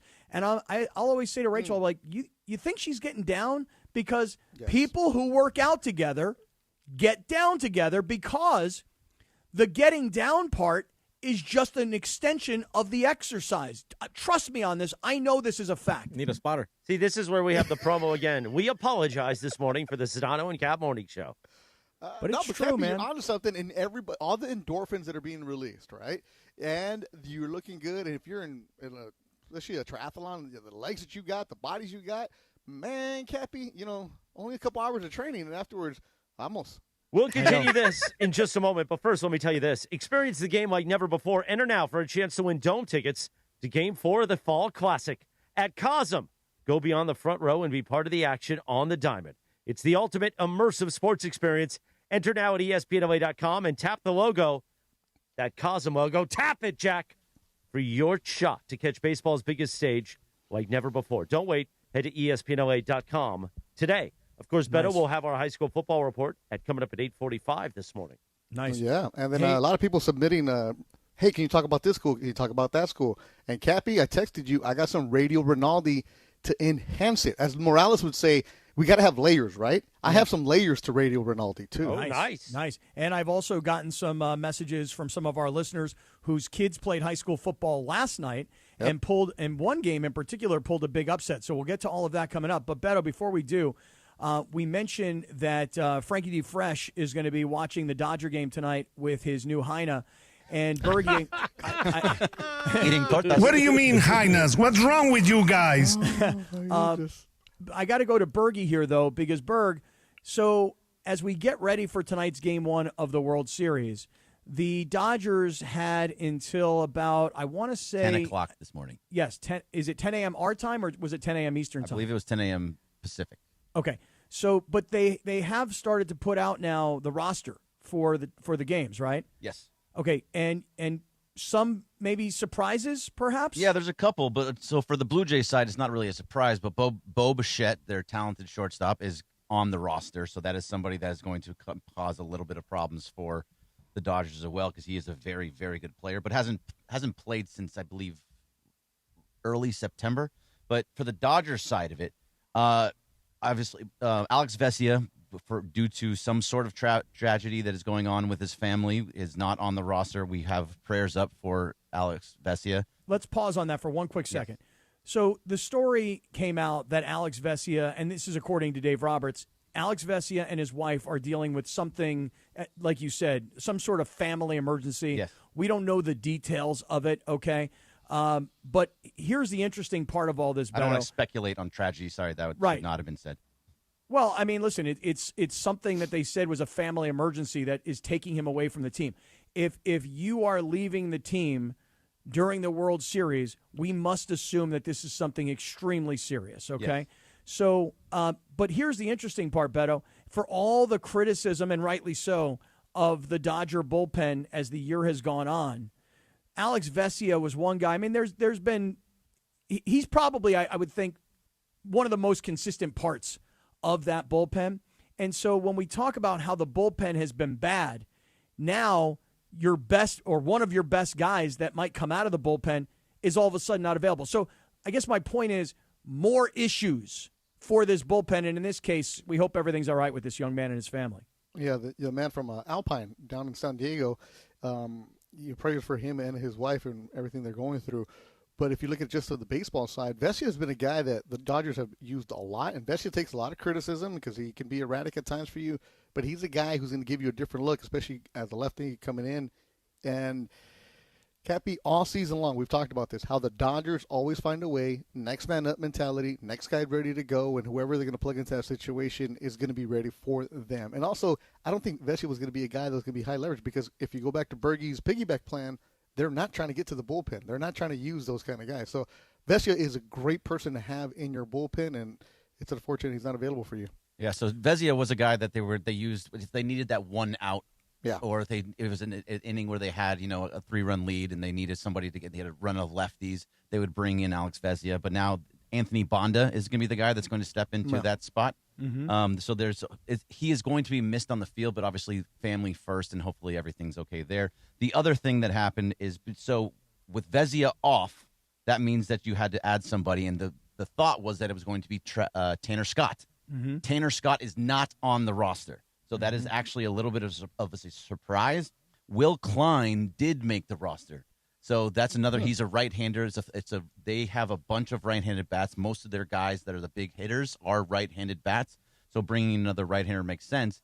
Ben Kasparius, who was on the roster during the NLCS, is also not on the roster. He's a right-hander. So they replaced him with Edgardo Henriquez. Now, Edgardo Henriquez is somebody that throws the ball 104 miles an hour. He just can't always find the plate and can be a little erratic at times. So instead of Ben Kasparius and Alex Vesia, Edgardo Henriquez and Will Klein are on the roster. Now, hopefully, to your point, Cappy, and to Beto too, hopefully you don't get to them. You hope that you don't ever see these guys. Mm-hmm. It's going to be Trinan, Bonda, maybe Dreyer, things like that. But for the most part, you hope that your starters can go long and then possibly a Sheehan after. Yeah, and you know something, for all the talk we about earlier, how nationally the storyline is, oh, look at the big bad Dodgers, look how much money they spend, they're bad for baseball, they're ruining baseball. The truth is that if you really, really dug in, you would find out that the Dodgers do make mistakes along the way. Truth is Tanner Scott is a mistake, right? Mm-hmm. I mean, don't you think? Absolutely. Hey, how about the fact that Michael Conforto, who they gave a pretty significant chunk of change to, is not and has not been on this playoff roster. As he shouldn't be. They couldn't wait to get guys healthy so that they could get Conforto off the field. And so my point is simply this, for everybody around the country, and I'm not trying to necessarily have to be the spokesperson for defending the Dodgers, but if you just dug in a little bit and you just didn't play the headline of they're bad for baseball, they outspend everybody, they buy their championships, if you look around, they do make mistakes along the way as well. Mm-hmm. And they fix them as soon as they can, too. Yeah, they spend money on things that don't always go their way. This Michael Conforto thing, I remember Bergie during the year going, he should never be on the field, ever. I was right. I'm fully right on that one. But they were waiting for a guy like, Tommy Edman, as an example, to come back from injury so they could get him plugged back into center field so that they could move somebody like a Pajes over to left and they could get a guy like Conforto off the field. So it's not like they don't make their share of mistakes along the way. But they plug the holes. So instead of Conforto, Alex Call made the roster. Justin Dean makes the roster. Both those guys make the roster. They were also on the roster the whole season. But they made the roster instead of Conforto because they both play defense. Alex Call gets hits against lefties. Like, he does the little things that you need, and they're good defensive replacements. Conforto did none of those things. He was not a bat you could bring off the bench. He was not an a defensive outfielder that you could use. There was no space for a guy like that does absolutely nothing. Yeah, and for all the talk about, the Dodgers winning this, I love that it's always happening right when you get to the World Series, right? And then you realize, they're not the gutty little Blue Jays. They're owned by Rogers Communications, which owns all of cable in Canada. They are huge. They spend a lot of money. The Blue Jays clubhouse, Bergie, I've been in it. It's a renovation that they had this year, right? You would see this, and you're like, oh, my goodness. What the Dodgers did for their clubhouse is amazing, but the Blue Jays did like one step above that. They had that red light treatment room, Cappy. You know those like sound rooms that you want to make sure you have everything you need. Every single detail is there. So the Blue Jays are not this poor little team. They are billionaires also, a big corporation that owns them. So, and that, by the way, every single person who owns a team is a billionaire. They can spend it, Artie, but you don't, Artie. So go for that one-year contract, Artie. You're really taking a shot there at Artie, aren't you? Because the Angel fans deserve better, Parker. Mm-hmm. Because it could be you. You hear that, Parker? Could be you. You hear that, Big O? It could be you. You hear that, Orange County? This could be you. But Artie don't spend the money. Well, he has spent the money in the past, and it's really kind of backfired on him, right? He doesn't spend the money on leadership either. Yeah, exactly. That's the problem. He spends money on things, but he doesn't spend money on leadership. So you have some of these players, but you're not building teams, and thus that's why it's been a disaster. And it continues to be a disaster, and that's the problem. They have people like Yusei Kikuchi coming out and saying there was no air conditioning in the weight room, and then the next day, then the next day they put an HVAC ad up on LinkedIn. Like that's the type of organization the Angels are. That's the problem. Meanwhile, at 8:21, Lindsay, why don't you tell us about our friends at Stella Rosa? I would love to. Sorry, my thing froze again. I would love to, but let me pause. I would love to. 3-2. 3-2. So, you know what makes any hangout feel like a touchdown? Stella Rosa, America's favorite semi-sweet, semi-sparkling Italian wine. Find it at your local store, pop it in the fridge, and serve it chilled, or enjoy it straight from the bottle over ice, or maybe, you could get creative. Mix up a quick wine cocktail. Let those fruity flavors, do their thing. Light, bubbly, and totally delicious, Stella Rosa makes any moment shine. And Stella Rosa is turning game day into the ultimate giveaway. You could score a once-in-a-lifetime trip to one of the college football's biggest matchups right here in LA on January 1st. That's tickets, hotel, flights, ground transportation, even spending money. All you have to do is enter at stellarosa.com/tailgate2025. So go ahead, root for your team, sip some Stella Rosa, and celebrate responsibly. Must be 21 or older to enter. Thank you, Lindsay. 8:23 on a High Enough Friday. The Sedano and Kap Morning Show. We got Beto here, Mike Trudell ahead, Sammy Batesh, Damon Wines, and you. Smile, suckers. It's Friday. We are back. See, it looks like 3 minutes from right now. The Sedano and Kap Morning Show. We'd like to thank our founding partner, LAX, Los Angeles International Airport, where change is in the air. Learn more at lawa.org/ESPN. This is the Sedano and Kap Morning Show. Veteran founded and veteran focused, National University is a proud yellow ribbon school and a top educator of the U.S. military. They accept the post 9/11 GI Bill and offer dedicated support to help you balance work, family, and school. With flexible online and hybrid programs, monthly class starts, and over 150 degrees, credentials, and certificates, you can even earn credit for prior experience. Advance your career today. Visit nu.edu. Hey guys, it's Sedano. If you're ready to upgrade your driving experience, you gotta go and check out what's happening at Cadillac and their incredible new lineup of state-of-the-art EVs, sedans, and SUVs. And hey, look, there's no better place to experience the luxury of Cadillac than at Cadillac of Beverly Hills. Check out Cadillac of Beverly Hills and their beautiful showroom at 8767 Wilshire Boulevard in Beverly Hills. And check them out on the web at CadillacBeverlyHills.com. You're gonna regret this. You know I love the outdoors and adventures. Hey, it's Travis calling all adventurers. Page, Arizona is your ultimate outdoor playground. Snap that iconic shot at Horseshoe Bend. Then hike the stunning 11-mile rim trail. Explore one of 13 breathtaking slot canyons, including world-famous Antelope Canyon. Craving water fun? Cruise Lake Powell by kayak, jet ski, or houseboat, or float the Colorado River to Lee's Ferry. Make Page your base camp for day trips to Grand Canyon, Zion, and the Wave. Start planning your trip today at visitpageaz.com. Lakers fans, there's never been a better way to get closer to the team. Take the purple and gold with you wherever you go by downloading the Lakers app. Presented by BBGO. Get access to exclusive sweepstakes, breaking news, live game updates, must-see highlights, and more. The Lakers app is available in the App Store for free. Make sure to stay locked in all season long and always be game day ready with all the info you need to know for each game. Lakers app has you covered, Lake Show. Download the app now to your iPhone or Android. Let's go Lakers. Harry Douglas here. Fellas, it's time to step up your grooming game. Manscaped just leveled up with the Lawnmower 5 and the Chairman Plus, two powerhouses built for unmatched precision, comfort, and control. Whether you're cleaning up before a night out, preparing for a big meeting, or getting ready for a game day, Manscaped has the tools to help you look and feel your absolute best. These aren't just old school clippers. They're engineered for modern men who take pride in their daily routine. So upgrade your grooming gear and experience the difference. And now you can find Manscaped products at your local Walmart.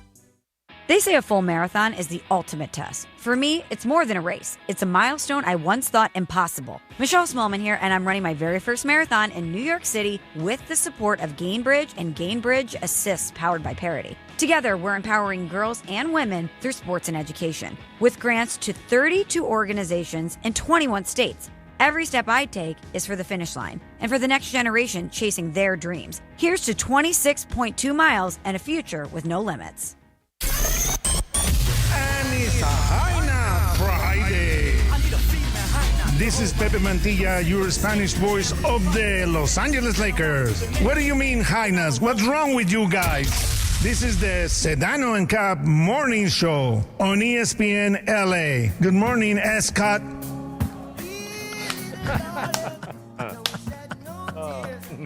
8:26. Good morning. The Sedano and Kap Morning Show on a High Enough Friday. Celebrate today, would you? We're going to celebrate today. And celebrate often.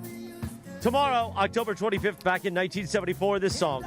Bob Marley and the Wailers released their 7th album, Natty Dread, along with the single No Woman, No Cry. Great song. Amazing song. Hey, Beto? Remember in the TV show Succession? Yeah. When Cousin Greg was going around after they had to testify in front of Congress? Mm-hmm. He's like, I should have just said, no woman, no cry. No woman, no cry. Pretty much true, by the way. You're on one today, Chris. Well done, sir. Well, Friday it's the end. Right. So Wednesday is the most difficult day when you do mornings. Oh yeah. But Friday you're tired, but you know, hey, listen, I'm just going to get through today. Right. And then tonight, Stephanie and I will be on a train, an Amtrak train to Santa Barbara for a few days off on the bye week. Oh, nice. Beautiful. Nice. I know. We got a trail. little weekend getaway ourselves happening. But we'll be in Laguna. We will be in Laguna this weekend. Yes. Oh, don't tell me you got Pelican Hill. Uh-huh. Yep. Oh, yeah. He's going to be bankrupt after that round of golf. He's not paying. Tell him, Beto. Explain it to him. I ain't You got a paying guy. for that. You there got ain't a no guy. way. There is no way. I don't know how much it costs to play golf there. Almost $500. That's way too much for me. Oh, per round? That's not for the weekend. Yeah, that's not. But is it similar to like Pebble, where you got to rent a certain property? No. Oh, okay. No. It's just to play out there. It's like the weekends is close to like between 4 and something like that. It's ridiculous. But Scotty, as Morales says, you're so well compensated at this station. Bag of shells, baby. Bag of shells. It's a bag. Unfortunately, it's not just a bag of shells because he's got like 17 people siphoning off of him. You know what I mean? Including Beto, me. Beto, yesterday I met this woman. Her name was Carmen, and I tried to introduce myself to her, and I said, when I'm in San Diego, they call me Scott, but yo trabajo en LA. Mi nombre es Scott. And she looked at me like I had 5 heads. She's like, what? And I write, sí, es Scott. And she was like, I don't really get what's going on here right now. No comprende? No comprende. Sí, no comprende es Scott. She probably speaks English and understands you, right? She does. Pero, we were hablando en español because yo necesito practicando. ¿Sí? Somebody that looks like you saying that to somebody is highly offensive, right? No, it wasn't offensive at all. No, but so Beto and I are Hispanic. Jorge's Hispanic, and I'm just telling you, even though I may not be as Hispanic appearance as some others. You got it. You're from Downey, baby. You're good. He don't speak no Spanish. I speak more Spanish. No, but not joking around. It's highly offensive. No, it was not offensive at all. Why did she look at you like that? Well, were you there to see the look? You just described the look. Hey, Scott, when I work with Sedano, I'm Beto Duran, okay? When I work with Kaplan, I am Beto Duranstein. How come you're Duranstein rather than Duranberg? Or I might be Beto Yesevich. Come on. Cappy insulting people around the South. Not I love offended. It. Not offended Real quick, at all. let me tell you this. YouTube TV customers, you could lose ESPN and the sports you love, including college football, college game day, Monday Night Football, NBA, college basketball, and more. Take action. Go to keepmynetworks.com to keep ESPN. All right. Are we got Beto's high school football report, which I'm excited about coming up because he says I need a he's little got bit more some time radio today. I need a little bit more time today, Cappy. We got to stretch it out. Oh, I would love to stretch it out. Believe me when I tell you. Then it becomes the Friday free-for-all in the YouTube hour when Trudell shows up and Sam Batesh shows up to talk some LA Kings. It just and Damon Lyons from Sellers Advantage. It just turns into the Friday free-for-all in the 9 o'clock hour. But Chrissy, it's you time tell for me. Radio Tinder. Let's hit a There you go. TV theme. We love to do it. Hit it, or Oh, this is like we hold the up theme the of my life. hardwood because our friends at Hernandez Wholesale Flooring, they have the hardwood, the morning wood. They are sponsors of Radio Tinder. You can follow her at Lindsay Baseball on Twitter or Instagram. On this day, back in 2021, season 11 of Curb Your Enthusiasm debuted on HBO, Cappy. This is literally the song that is in my head. So you say that I offended somebody yesterday when I was talking to Carmen? Like, here's me thinking I'm trying to speak the language. I'm practicing. I'm trying to be cool. Hey, I'm a Scot, right? And she's looking at me like I got 5 different heads going. And in the background, this is the music that I hear like, did I do something wrong? If you're in the market for new flooring, shop at Hernandez Wholesale Flooring, where every day is a deal. No gimmicks. Call 866-624-FLOOR or go to HernandezWholesaleFlooring.net. No sale beats wholesale. Take it away, producer Lindsay. Thanks, Christopher. All right, so Wednesday, when our friend Brian Windhurst was here, he had sent me this story, and we just didn't have time to get to it with him. So I want to play you guys a clip because Wendy had an incident on his flight here to LA from Omaha, where he lives. And he was actually interviewed by the local news there about the incident on his flight. KETV obtained video and spoke to passengers aboard the Omaha American Airlines flight Monday that made an emergency landing. Take a listen. Since we weren't able to communicate with each other, we weren't sure if something was going on with the aircraft or not, so that's why we came back here as a precautionary measure. ESPN writer Brian Windhorst lives in Omaha and Monday took a routine flight to Los Angeles. This was an unusual situation because there was no announcements whatsoever, and I honestly think that the people who were the most nervous were the flight attendants and the pilots because they were the ones that knew something was wrong. The FAA confirms the pilot could not communicate on the intercom system and heard knocking on the cockpit door. Airport police later boarded the plane and found the knocking came from the flight attendants. And I think the stress for the passengers was having the plane pull off with no communication and having police officers surround it and police officers board. Passengers and crew deboarded for several hours before successfully flying to Los Angeles. So, long story short, everyone was okay. There was just an issue where, I guess since the flight attendants couldn't communicate with the pilots, then the pilots kind of, I guess standard protocol is to then land the plane because they need to be able to communicate with them. Well, the cockpit is sealed, so they wouldn't open up the door. Right. So Wendy said that it was super scary. Nobody knew what was going on. And then obviously it didn't end up being much. I think it's hilarious that the local news interviewed him because they didn't even know until after they talked to him. He was like, oh, by the way, just so you guys know, I work for ESPN. He was just like a random bystander that they would interview on the news. Mm-hmm. So I wanted to ask you guys, have you ever had any weird situations while you were traveling where you had to have a flight detoured or plane grounded or anything like that made you super nervous? Beto, what do you say, man? Oh, about a few months ago, coming back from Dallas, I took the first flight out like I always do. We land, and I realized that we're in Oklahoma, not L.A.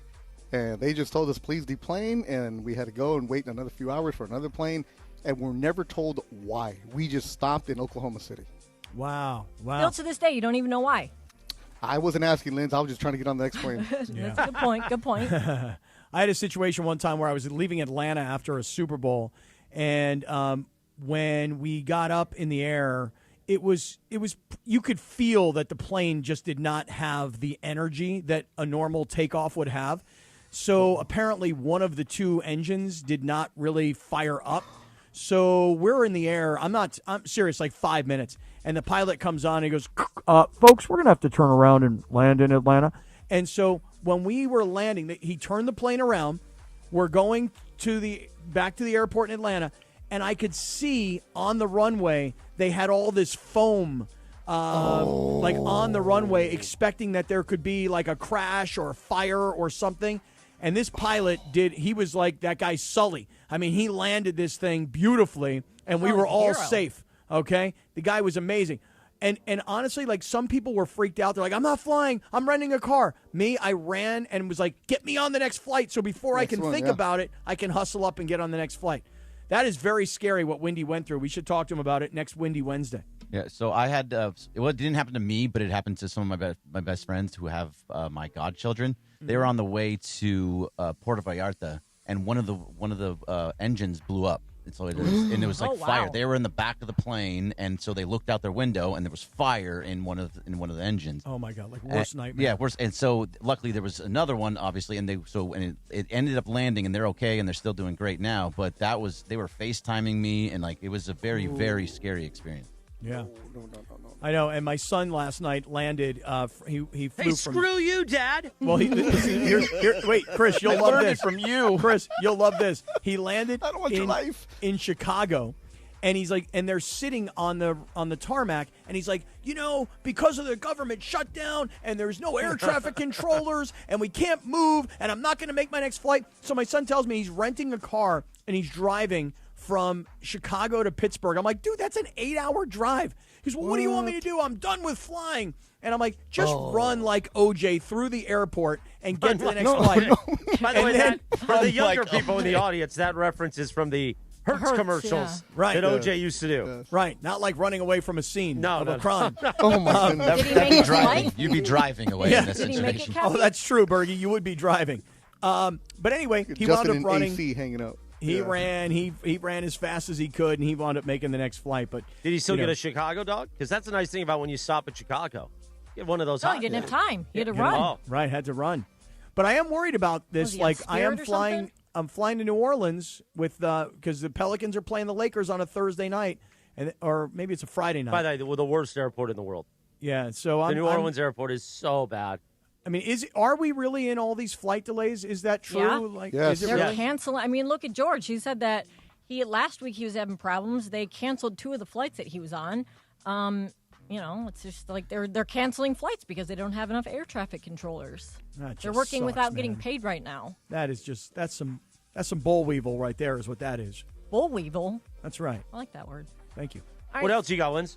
So I saw this story in the LA Times by Dylan Hernandez about Yamamoto and his interpreter. So, first of all, Yamamoto. His interpreter, whose name is Sonata. I guess there was an incident at one point when on a day that Yamamoto was pitching and he happened to walk into the clubhouse while, they're changing whatever, and he noticed that his interpreter was wearing boxers that had a rabbit with rainbow-colored lasers shooting out of its eyes. Mm-hmm. A rabbit, yes. I need boxers. I don't wear boxers. I got a boxer brief, but I need rabbit boxer briefs. I'm sure that they make them. Well, they're rabbit boxers with, again, rainbow lasers, I guess, shooting out of their eyes. And he called it his Shobu Pantsu, which is his game underwear. And he wore them for each of Yamamoto's starts. And I guess this year the clubhouse tried to be like, hey man, you got to retire those and get some new ones, but he won't because it's like his superstition. He only wants to wear those Shobu Pantsu with the rabbits. So I want to ask you guys, do you have any weird superstitions for work, sports, whatever? By the way, rainbow laser eye rabbit boxers. The story of the interpreter is actually really an interesting story too. By the way, Lindsay, because this guy gets the job, but he actually worked in Hollywood on movie sets. But he worked in Men in Black. Yeah, somehow Yamamoto found him, and then I guess after a series of interviews, decided he wanted to hire him. And the guy's wife lives in Texas, so 2 days on the job, he's like, "Hey, I don't think I can do this job. I don't know anything about baseball, and my wife's in Texas." And they convinced him to stay. And the Dodgers coaching staff really worked with him to teach him baseball so that he could chart and track things for Yamamoto during the game.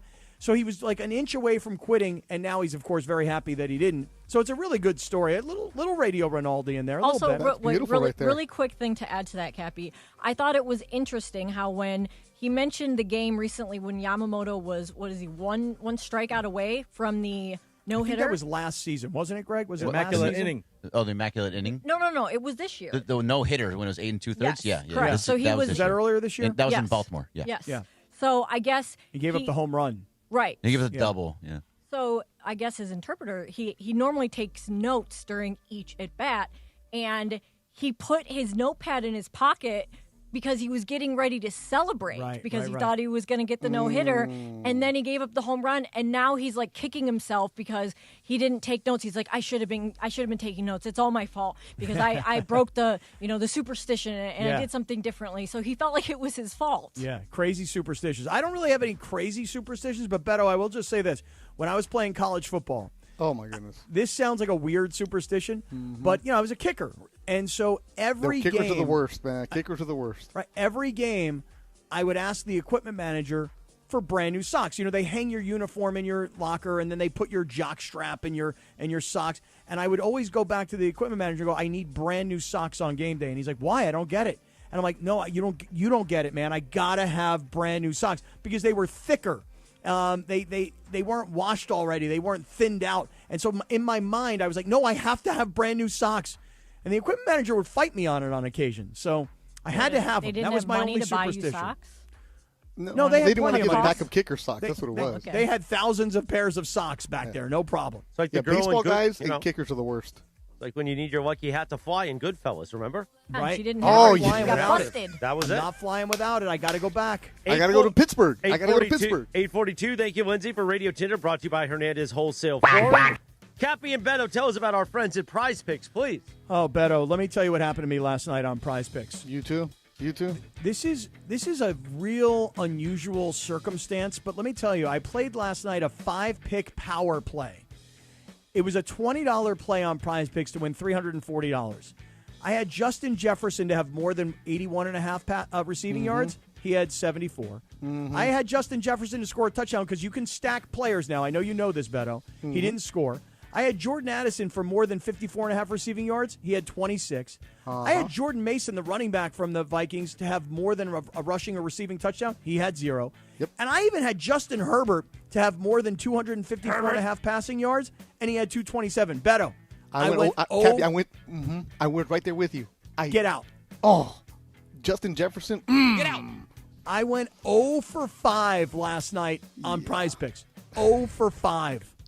Now, good news, Beto, is earlier in the week I had Luka for more than 26.5 points on a Taco Tuesday on opening night, and I had Durant. Thank goodness that game went into overtime for more than 21.5 points, and he had 23. So I've been on a pretty good hot streak, but last night a goose egg, Beto, on Prize Picks. Yeah, but it doesn't matter, Cappy, because tonight we get basketball, we get hockey, we can go right back to it, baby. Let's go. It's exactly right. Football, baseball, now basketball, hockey, any sport. It's so easy to play. Download the Prize Picks app. Use the code CAPPY, K-A-P-P-Y. Make your first $5 lineup. You get $50 in free lineups. Again, you download the Prize Picks app. You use the code CAPPY, K-A-P-P-Y. You make your first $5 lineup. You get $50 in free lineups.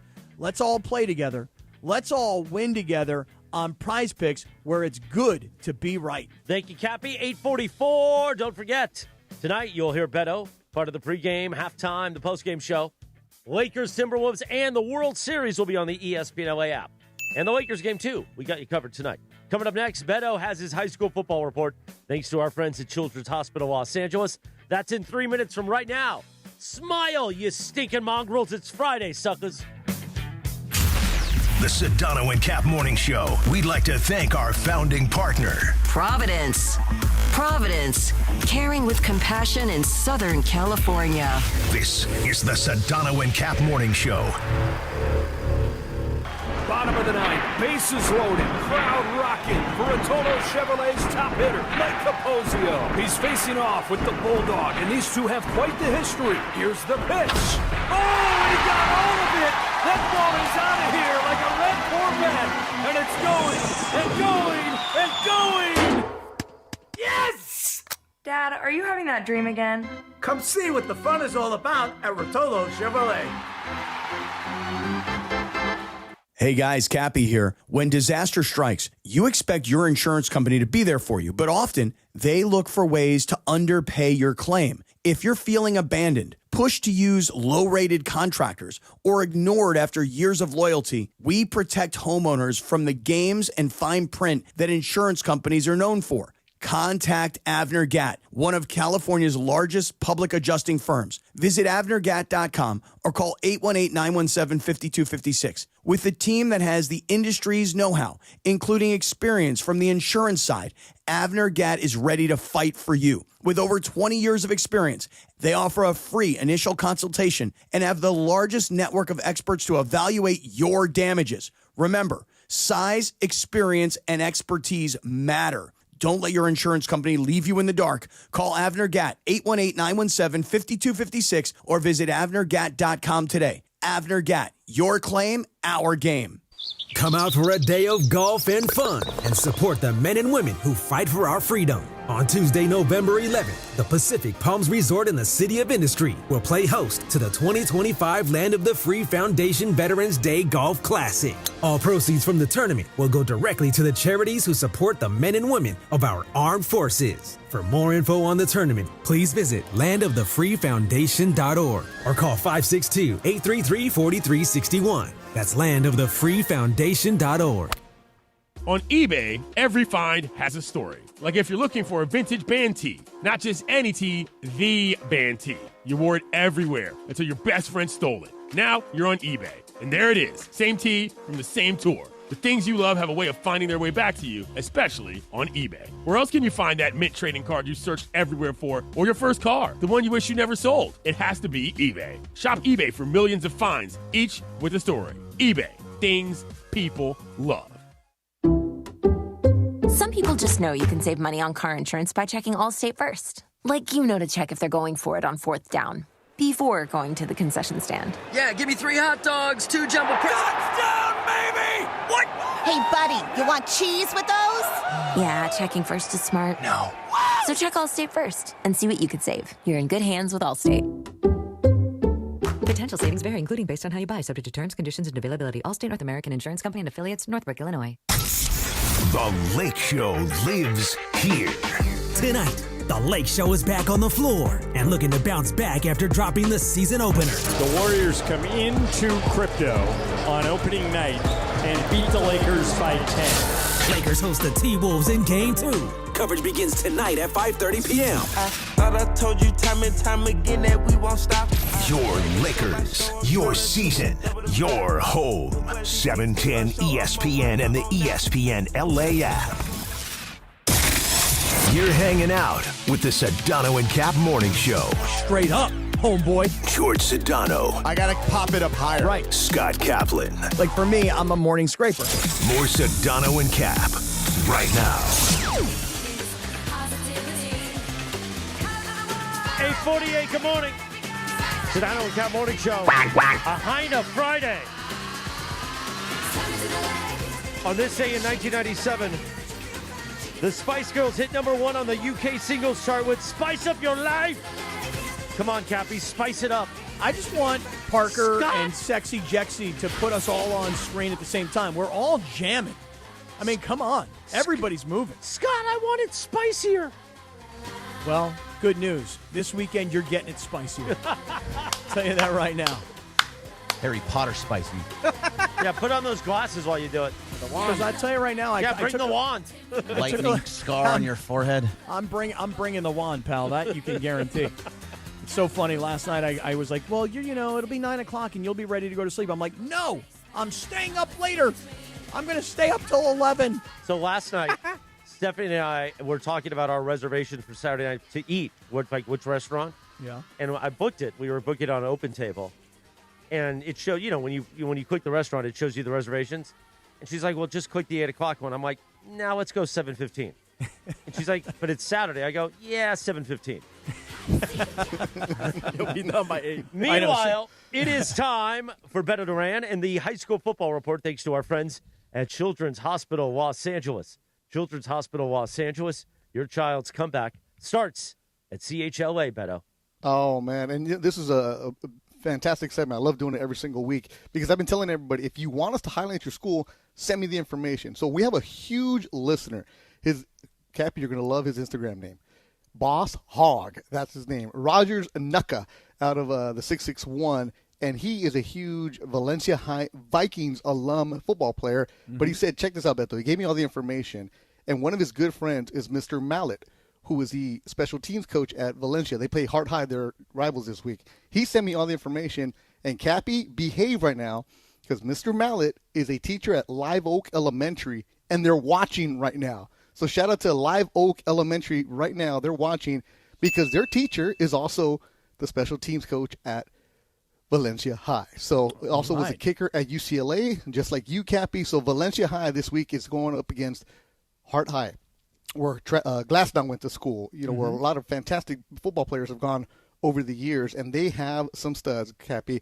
And we got to shout out everybody, especially Torrey O'Brien, the O-line coach, who's there. So how about this? Brett Hauer is a QB who has a bunch of offers, a stud. Running back Brian Bonner going to University of Washington. Wow. And then their offensive line, Anthony Baca, Aiden Ends, Austin Andrechik, Will Mayberry, Thomas Conrad, Caleb Larson, and Elias Holloway, some of the studs for the Valencia Vikings, who will be playing against Heart High this week. So that's a big rivalry up in the 661 over there by Magic Mountain, Cappy. So shout out to Boss Hog and Mr. Mallet and everybody at Live Oak Elementary.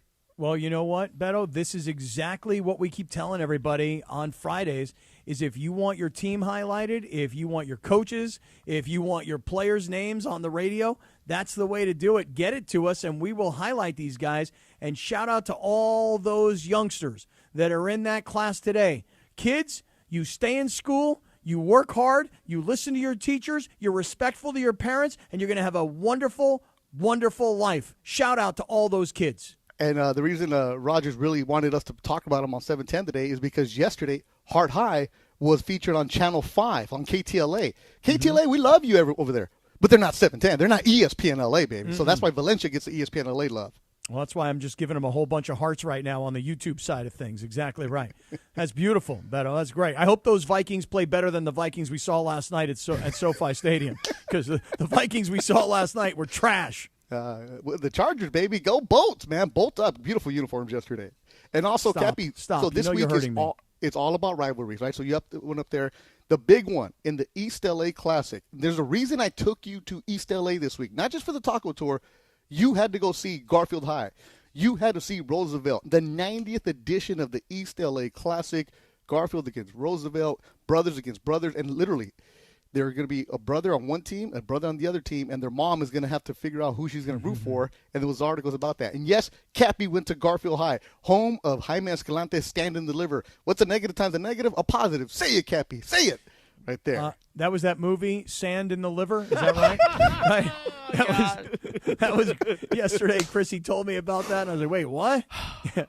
So Garfield High. We stopped by Garfield High. The Bulldogs. Give them a little bit of love, right? And then we even stopped by Roosevelt High. Yeah, you had to see the Rough Riders a couple miles away. Cappy was getting the East Side tour. He also went into Boyle Heights right there. And, Chris, you're going to love this. Cappy was saying while we were driving down Whittier Boulevard, this is real right here. This is real. These are the real people right here. These are my people. And Cappy was saying that we have a video of Cappy on Whittier Boulevard. We're going to post those videos later. I told Parker that, where Cappy is leaned up against the wall on the streets of Whittier. But Morales, he had this one. I love going with the real people because these are the real listeners. This is really L.A. because I am L.A. That's what Cappy was doing right there. He's not wrong. That is where the real people are and the real listeners. I think Cappy is – here's the thing. Even though he might spend some of his time in South, he's more real than a lot of people at this place. Oh, absolutely. I'll give him that. At least you're out there pressing the flesh. Some people don't want to go east of the 405. You know what I'm saying? I do. Or the 110. But Cappy right there. Yes. That right there, Chris. At one point, I thought Beto was trying to get me run over. Beto goes, "Hey, here's that Whittier. Here's that sign, Whittier Boulevard." He goes, "Get out in the middle of the street. It's a red light. Get out there."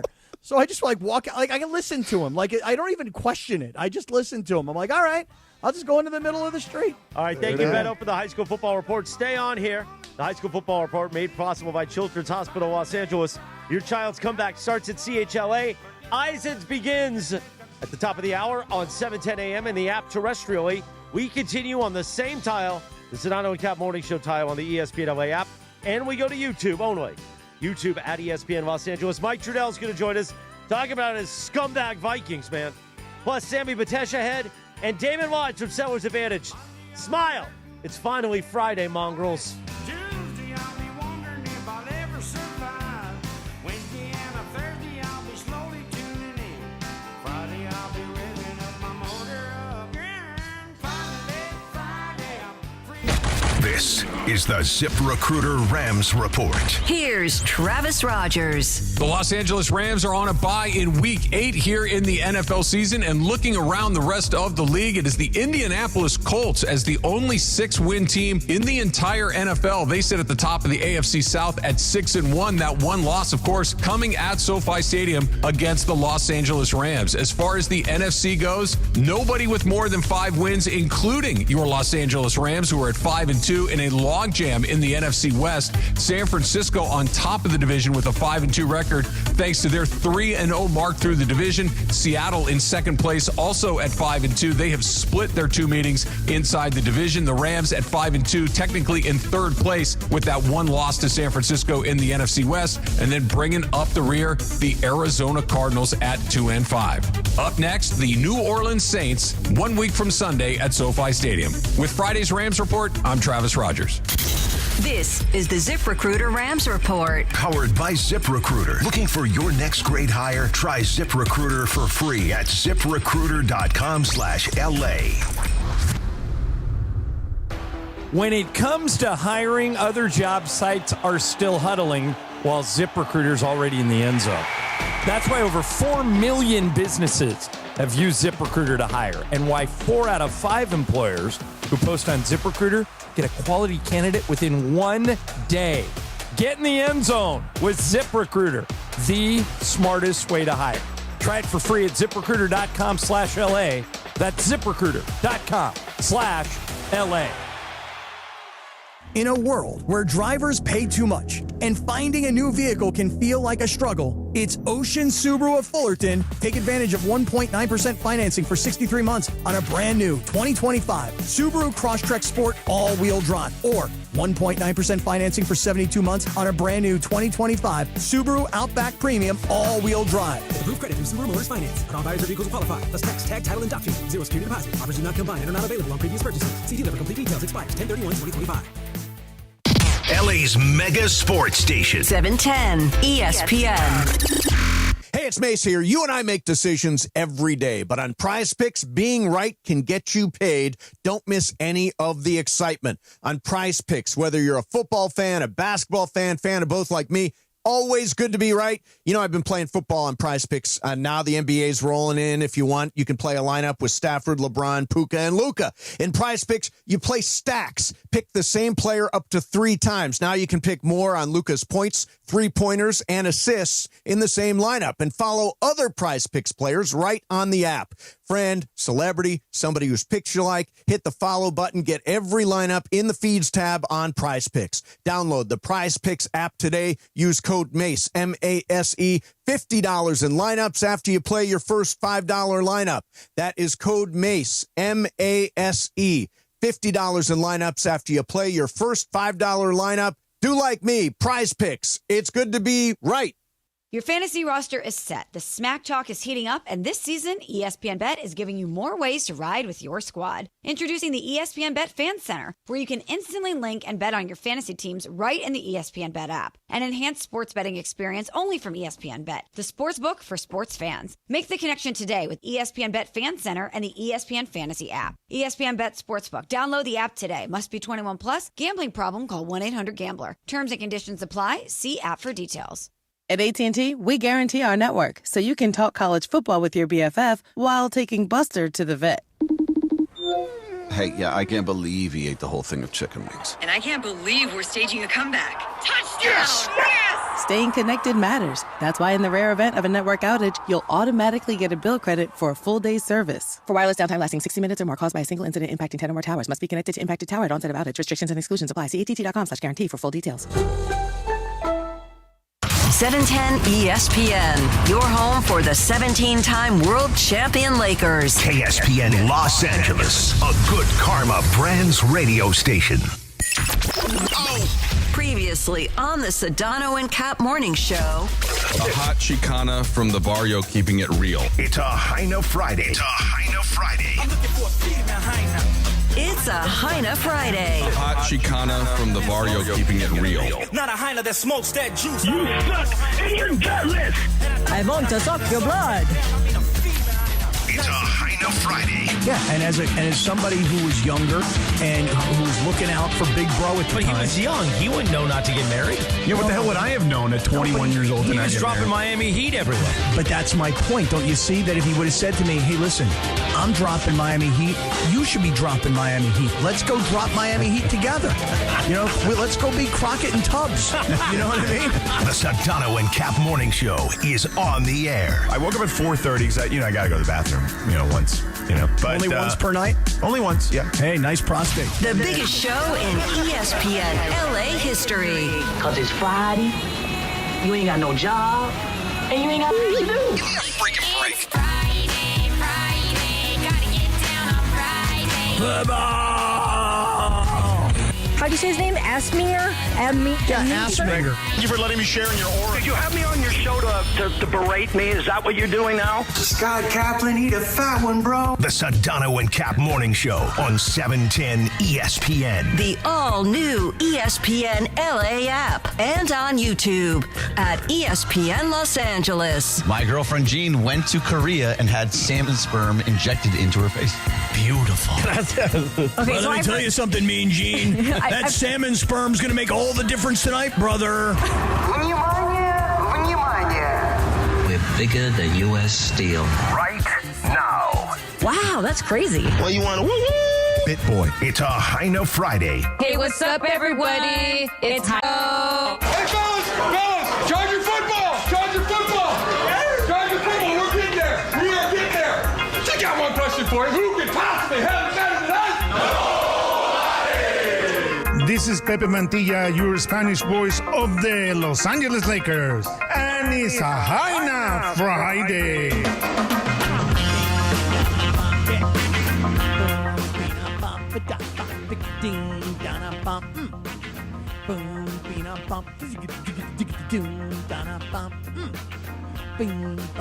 Yeah, it's a Heina Friday. 9:02 and 40 seconds. The Sedano and Kap Morning Show is on a Heina Friday. Good morning, mongrels. Wake up. By the way, Mongrels are kind of quiet today. Very, very relaxed and chill. Actually, I want to get to something that one of the mongrels just tweeted, but I will in a moment. But first, let me tell you this. What's on tap today on ESPN LA? Lakers are back at home tonight to take on the Minnesota Timberwolves. The Toyota Lakers countdown with that other voice you hear, Beto Duran. Begins at 5:30 p.m. with tip-off at 7. Hear it for your afternoon drive on 7:10 a.m. or in crystal clear digital audio on the ESPN LA app. Thanks to Michelob Ultra, a superior taste worth playing for. Official beer sponsor of the Los Angeles Lakers. Please enjoy responsibly. Mike Trudell, number one Vikings fan of this show, is going to join us also in just a moment. Mm-hmm. But here's the thing. Yeah, tell us. So Grant in L.A., we were talking earlier about our Hispanic friends in the audience. And, of course, Cappy is one of our Jewish friends, not in the audience, but hosting this show, Andy. Plenty of Jewish people in our audience. And Grant in L.A. posted a picture that said Hispanics, Jews shaking hands, and that was great. Radio Michael fan then tweeted, "Oh, no, what did I miss?" Here's the thing, Radio Michael fan. With this show, miss a day, miss a moment, miss a lot. And then Grant in L.A. wrote, on a completely different note, my theory is that they got rid of the circle of trust to increase the engagement on YouTube. That was the only reason, to get the YouTube numbers up. That is not the reason. I wish we were that smart. I Because wish we would have thought by the way, about the it. YouTube engagement No, it's just not necessary. is Cap. growing Correct. no matter what, because that you couldn't watch the show in the circle of trust.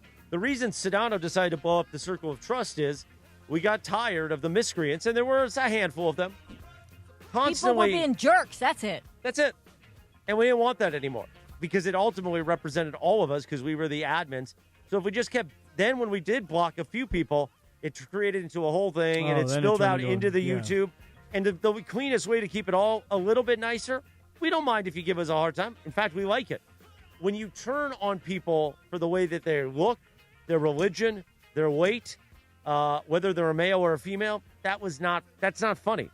So people, I understand you think you're as funny as us and you want to do bits, and it's like, oh, Morales' bit is that he makes fun of Cappy. Yeah, but Cappy and I spend 4 nights a week together. We're actually real friends. If you don't have real relationships with people and you're just making fun of them for the heck of it, and you're like, oh, I'm as funny as you are. No, because if you were as funny or as talented as we are, you'd be doing this for a living. Yeah, you hear that, mongrels? You're not funny and you're not talented. No, some of the mongrels are immensely talented and they're immensely funny. They're not the problems. Grant in L.A., even though I gave him a hard time earlier in the week, he's immensely talented. Radio Michael fan, we love him. We love all of you, even the real jerky ones. We love you because you're still listening and engaging with us. But you don't have to be complete a-holes all the time. And for those of you that are like, well, Morales, you're an a-hole all the time. Yeah, it's kind of an act on the air. When I get off the air, I'm not like this. I mean, I am a little bit, but not all the way. Well, not really. When they say you're not an a-hole all the time, not all the time. I mean, I'd say in 24 hours minus 7 hours of sleep. So let's take it down 7 to about hours. 7. I'm back to like 6.5. Okay, so in 17 hours of real life time during a day, of the 17 hours, how much of that time do you think you're an a-hole? Well, 3 hours on the air. Okay. And if it's a Tuesday, then we got live imaging Tuesday. But I would say, What do you think, Greg? Maybe 4.5 hours? 4.5 hours sounds about right. We're also at 1 day without you blowing up, so it's right there for you. So Well, that you is shouldn't a have brought huge it up deal. because No, I won't blow up. It's Friday, and we're going to Santa Barbara this weekend. I mean, and also he could have blown up a little bit earlier, and That's he didn't. true. So it's growth. There's a It is sign in the gross. studio, by the way, for those on the YouTube that says, "How many days till I blow up?" Well, this man never makes me blow up because I love him. The one and only Mike Trudell. I like to nudge him like Otis the Bunny. Good morning, Mr. Trudell. It's a Heine Friday, baby. Are you on That's why I'm here. speakerphone? Are you in the No, I'm bathroom? on my AirPod. What, Oh, my isn't that God. It great? sounds like, yeah. Sounds like the AirPods aren't working. First generation. Oh, no. Yeah. Oh, no. Am I going to have to go back to my garage so you guys Yes. can analyze the all the stuff that I have out there? No, now you sound a The little phone bit works. better. Good morning, Right. Mr. Trudell. Mike, let's jump right into what I know everybody wants to talk about. Our Minnesota Vikings were an honest-to-goodness embarrassment last night. In fact, Mike, the worst thing I could say about the Vikings' performance last night was it was Raider-esque. In fact, the worst thing I could say about Carson Wentz last night was he's Geno Smith. Mike, what happened to our Vikings last night, bro? Look, it was pathetic, and I was there with my poor kids who I've forced into Vikings fandom, all wearing their various Justin Jefferson and Randy Moss jerseys, and my beautiful wife is there, and we're all excited. We're coming in, we're cheering, even though we have a soft spot in our heart for the Chargers. And I mean, the game looked over from 5 minutes in. Oh no, no. The offense. It looked over from the first kickoff return, where they had a nice kickoff return that was going to put them in great field position, and they got penalized. And by the way, Mike, the same player got penalized on another kick return, another long kick return later in the game. But when the interception that went for a pick six was taken off the board, I was like, the Vikings are officially chargering all over themselves. Well, we at least did get to celebrate that because we thought it was a touchdown at first. So I got a couple high fives to the Vikings fans around me, and that was great. I got to hug my kids, and from that point on, it was a disaster. Now, thankfully, we were in one of the areas, Cappy, that had the VIP food and drink. So at least I got to go up and eat candy and ice cream and sliders and stuff every time the Vikings did something terrible. Yeah, so, sliders. It's kind of like when you're at the Suite at the Arena, right, and you go and you get what's the things that you love to shove in your mouth, like the little mini hot dogs? Well, I like to take the hot dog buns, and then I like to put the chicken fingers in the hot dog buns.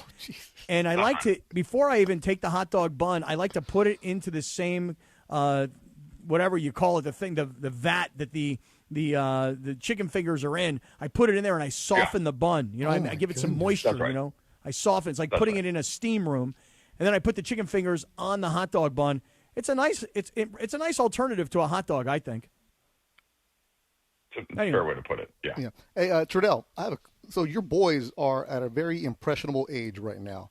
They're getting to the age where the twins, I'm talking about that, where they can start making up their own mind, where they start making up their own decisions, no longer what dad and mom told them about. Are any chance that they might say, you know what, Dad, these Vikings suck. I'm going to go for the Chargers now. Or do them right, Beto.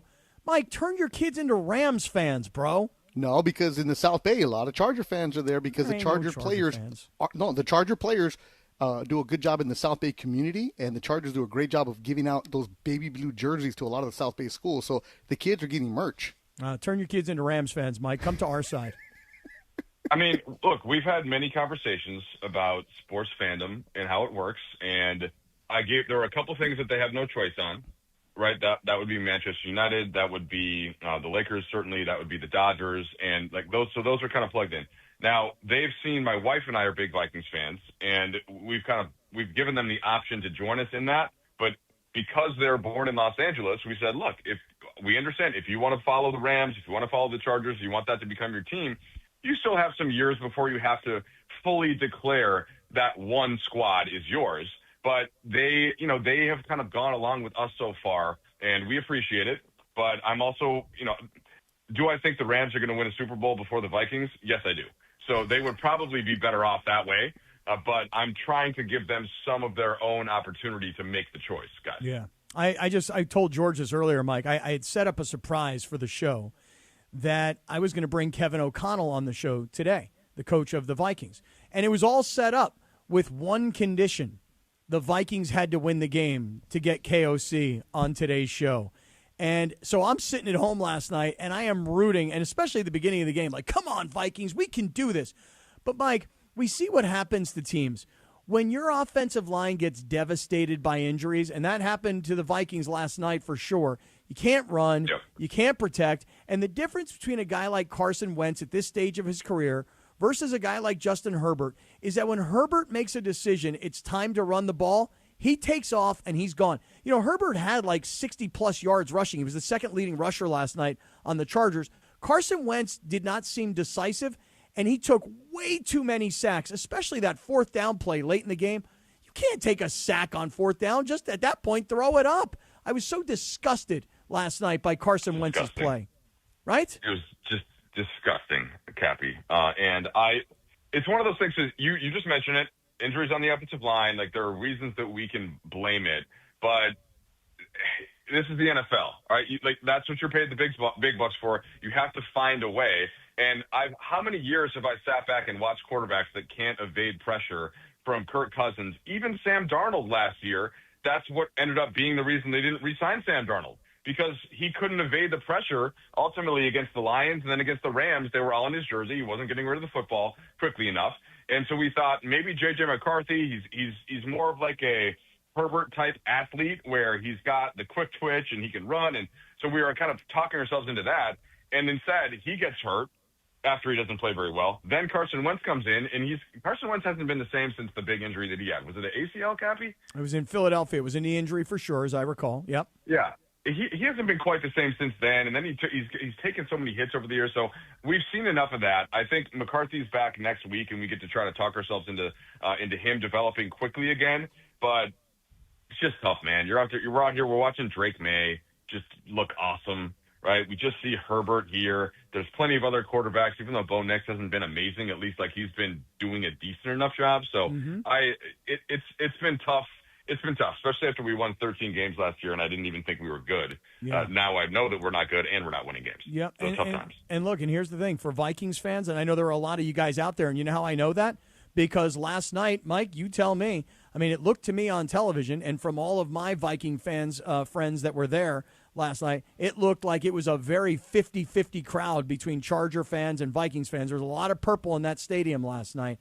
Vikings fans got to realize it's back to the beginning now on J.J. McCarthy, because if you look at the Patriots, it took like 8-9 games last year before they started Drake May, and now they've got a competitive potential playoff team. And you look at some of these teams like the New York Giants, and Jackson Dart is a rookie, but you got to get these kids in and you got to start playing them, and that the Vikings desperately need to get J.J. McCarthy in, not because he's going to save the season, but because he's the long-term potential solution at quarterback. So you mentioned the crowd. I think that's been a constant, right, since the two LA teams came up here. Mm-hmm. And we went to the Vikings games last year against the Rams. And I'd say, probably a little bit more from a Rams ratio than the Chargers. But the Chargers fan, it was better than I thought it was going to be. There were actually a lot of Charger fans there.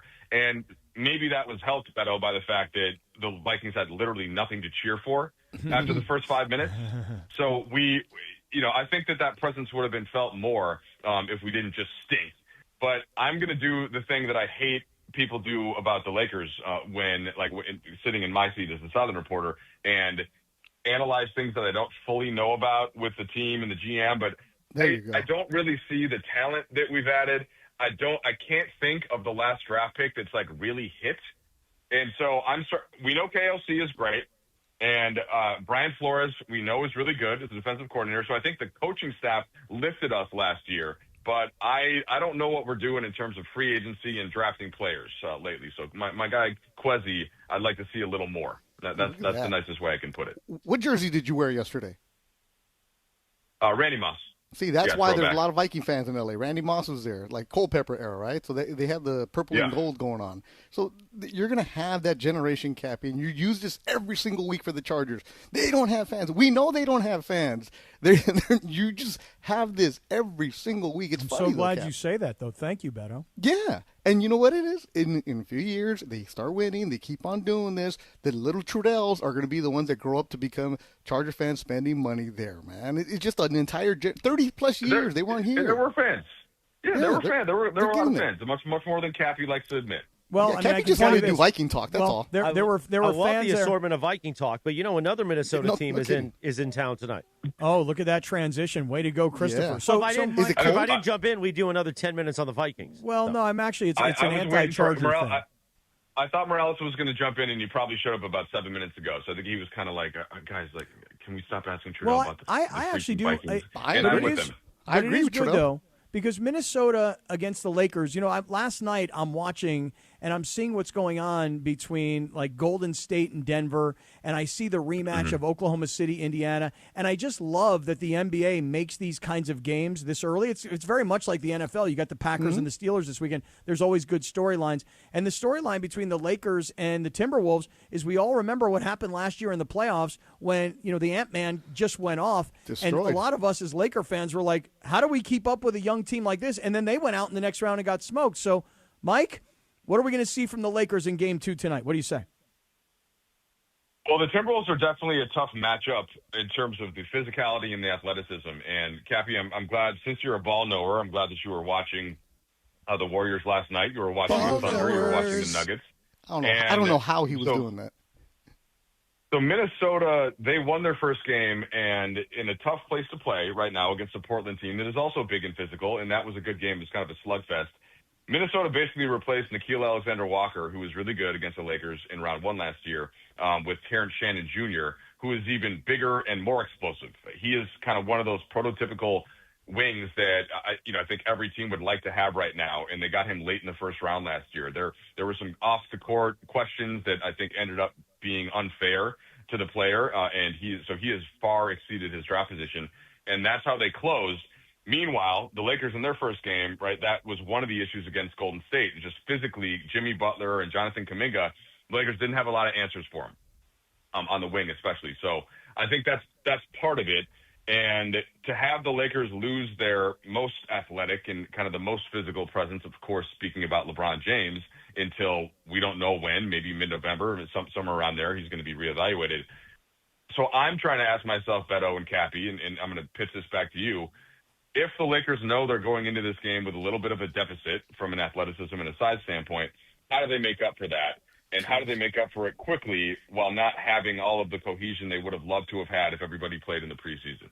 So it's on paper, it's not an easy game. It's not an easy matchup. And I'm very curious to see what answers that they're able to find. It's going to be an ugly one tonight, Trudell. It really is. And make sure you have the Dodgers on your screen at your table, because it's not going to look good because the Lakers were not cohesive. They didn't have any chemistry the other night. And then is Gabe Vincent going to start? Or is he going to change things up? Is DeAndre Ayton going to show up? Those are the kind of things that we're going to have on Laker Talk tonight. And we'll be talking a lot about the Dodgers. Let's just say that. It's going to be ugly tonight, Cappy. I'm not trying to sugarcoat it. Minnesota's really good, and the Lakers got issues right now. Well, and I think, what Mike is talking about the lack of cohesiveness in the preseason through these, 6 preseason games. Luka played in what, Mike? 2 of them, I believe. It was 2. And you didn't have any LeBron. So, you're kind of going into the offseason and you're planning for the season and you're planning on LeBron and Luka. That's what you're thinking about. And now all of a sudden, just as the season gets ready to tip off, there is no LeBron. So now everybody, coaching staff, player, everybody's scrambling to try and figure out what to do. Mike, I don't mean to suggest that this guy is a savior in any way, but last year at the end of the year when JJ decided not to play Jackson Hayes, it was that last playoff game, and it was the only game that he played in was Max Kleber, right? What is up with Maxi Kleber, and is he – I know he's out for tonight, but they need more size and they need more physicality and depth. Is he ever going to contribute in any way? Yeah, I think it's possible. The one thing that he does that Jackson Hayes and Ayton don't do is that he can stretch out to three-point range as a big, as a 5, and then hang in there defensively. But, he's not in the opening night 10-man rotation. And by the way, Dalton Knecht would have been number 10, right? He didn't play because JJ played 9 guys, which I understand. I think that was a fair choice. So Cleaver, I'm not going into this season, Cappy, expecting something from him. If you do get it, great. But I think that, like, Luka could not have been much better. Luka was awesome. Like, Luka made 13 of 14 shots in the paint. That's not something that he did last year. And as he was it took him a little while to get fully healthy, obviously, coming off the calf injury, and he was beating defenses more over the top. So that's the pushback, Beto, to kind of the point that I made to start and the point that you made, is that Luka, even against Minnesota right now, with him, he is going to get the team good shots. And the teammates are going to have to make more of them, other than outside of Austin Reeves, who ends up with 26 eventually. And I think defensively, they have to have a little bit more of that swarming mentality, and maybe we get more Vanderbilt, maybe we get more Jackson Hayes off the bench, and maybe that's how you match some of Minnesota's athleticism. But I think, Cappy, to bring this back to what you were suggesting about Cleaver, and not talking about DeAndre Ayton, what he does in the paint is not something the Lakers are super used to yet, because he likes to operate about 5 to 10 feet away from the rim in that mid-paint and use these little baby hooks and floaters and sort of little short jump shots. They're used to having Jackson Hayes or even a Christian Coloco going all the way to the rim and catching lobs and finishing that way. Well, in the Minnesota series, they took that away. They brought a low man over from the baseline, from the corner, and they essentially said, you're not beating us with this roll to the rim. We know that you don't want to take that little set shot at Jackson Hayes or a pull-up jumper. So if they can figure out things with DeAndre Ayton a little quicker, that is an antidote to how Minnesota plays defense. Just getting Ayton the ball in that spot instead of trying to lob it over to him through a couple of defenders, which he's not as good at doing as a Jackson Hayes. And I think that once that happens, that will unlock the offense a little bit more. And that's just a good counterpunch to what the Wolves have. So I hope they figure that out tonight, because they can win this game. This is not a team that's a complete juggernaut. They're really good, but the Lakers can win this game if they play better than they did in game one. Lakers Timberwolves coverage begins at 5:30 p.m. tonight. And, of course, Mike Trudell will be on TV on the sidelines as always. Trudell, did the FBI show up at your house yesterday? Oh, wow. Oh, wow. Jeez. Oh, just like thankfully not. God. Maybe his neighbors. Okay. I have to say, I am a little bit less concerned and less focused on this whole kind of endeavor. And I'm not dismissing it. It's wrong, of course. Like, players and coaches shouldn't be involved in any way. But, like, every industry, okay, going all the way to the top of politics, to Wall Street, there's insider trading is a term for a reason. Some people have trouble keeping their hand out of the cookie jar. At 710 ESPN LA, I don't know who that person is, Morales. Is it Cappy? Is it Mason? I don't know. Who's the person that kind of pushes the boundaries? I don't know. There's always somebody somewhere. There's a lot of boundaries, so I don't know which boundary you're talking about. I would say we all push the boundaries a little bit in our own But not way. illegal ones. But not – I get what you're saying, Mike, which is ultimately what does it all really matter? But when you're wagering money and there's all that, you're talking about basically committing – I mean, it is a federal crime what is happening. That's why the FBI is involved. So I get what your point is, but, you know. Not endorsing it at all. And if caught, I'm just saying, like, for the FBI, right, there are a lot of things going on in the country right now. And that's all I'm saying. And Chauncey Billups and Damon Jones, like, that to me doesn't reach like the top of the list to where, you know, everybody should be held accountable. I'm just not focusing on it as much. I'm with you. I guess, but I'm with you, Mike. I'm really not that focused on it either. And by the way, you know, we all focused on the guys that are related to sports. But if you really look at all the people that were arrested yesterday, this was like a major organized crime bust. It wasn't like just about going after a former NBA coach / player. It wasn't about necessarily going after a current NBA coach. He just got himself caught up in it. But the vast majority of people who were arrested yesterday, they were names from organized crime. And that's what this thing seems to have been about. Which crime family was it? It was like all of them. Yeah, it was like Fat Nicky and the names. No, it was the Genovese crime family. Yeah, the Colombo crime family. I'm not kidding. The The names. Gambino crime family. The official. It was part of the 5 families that were legendary in the Northeast for a long time. But here's the thing. Jimmy 2 times? I understand what you guys are saying, but ultimately, a head coach of a professional sports team was arrested by the FBI yesterday. That's now, right. He wasn't fixing games, we don't think at least. But the point is, if he was willing to wear X-ray glasses for the mob at poker games, and by the way, the McAfee show is now having the poker player on that did a podcast 3 years ago basically saying Chauncey Billups' alleged poker games were rigged. The point is if he was willing to do that, A, he must have been in to them, so he owed them money. Probably, what was the next step? Maybe he did fix a game. I mean, for years, sports radio was built on should Pete Rose be in the Hall of Fame? So for us to now just go, it doesn't matter. No, I don't think anybody's doing that. But I think here's the other thing, Chris, and give me 30 seconds here. Go ahead. A lot of people now are blaming the gambling companies.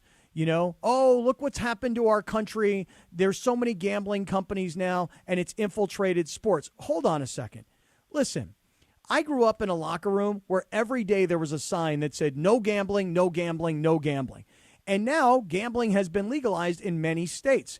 And so what's happened is that the leagues, and I'm talking everybody, the NFL, the NBA, you name it, the league said, well, we can't allow this amount of money to flow around us, but we not take our piece of it. And that's why you see lots of sports stars, including LeBron James, who are endorsing different gambling sites because it's been legalized. People know that it's no longer taboo, and so the players can endorse it. The leagues contribute to it.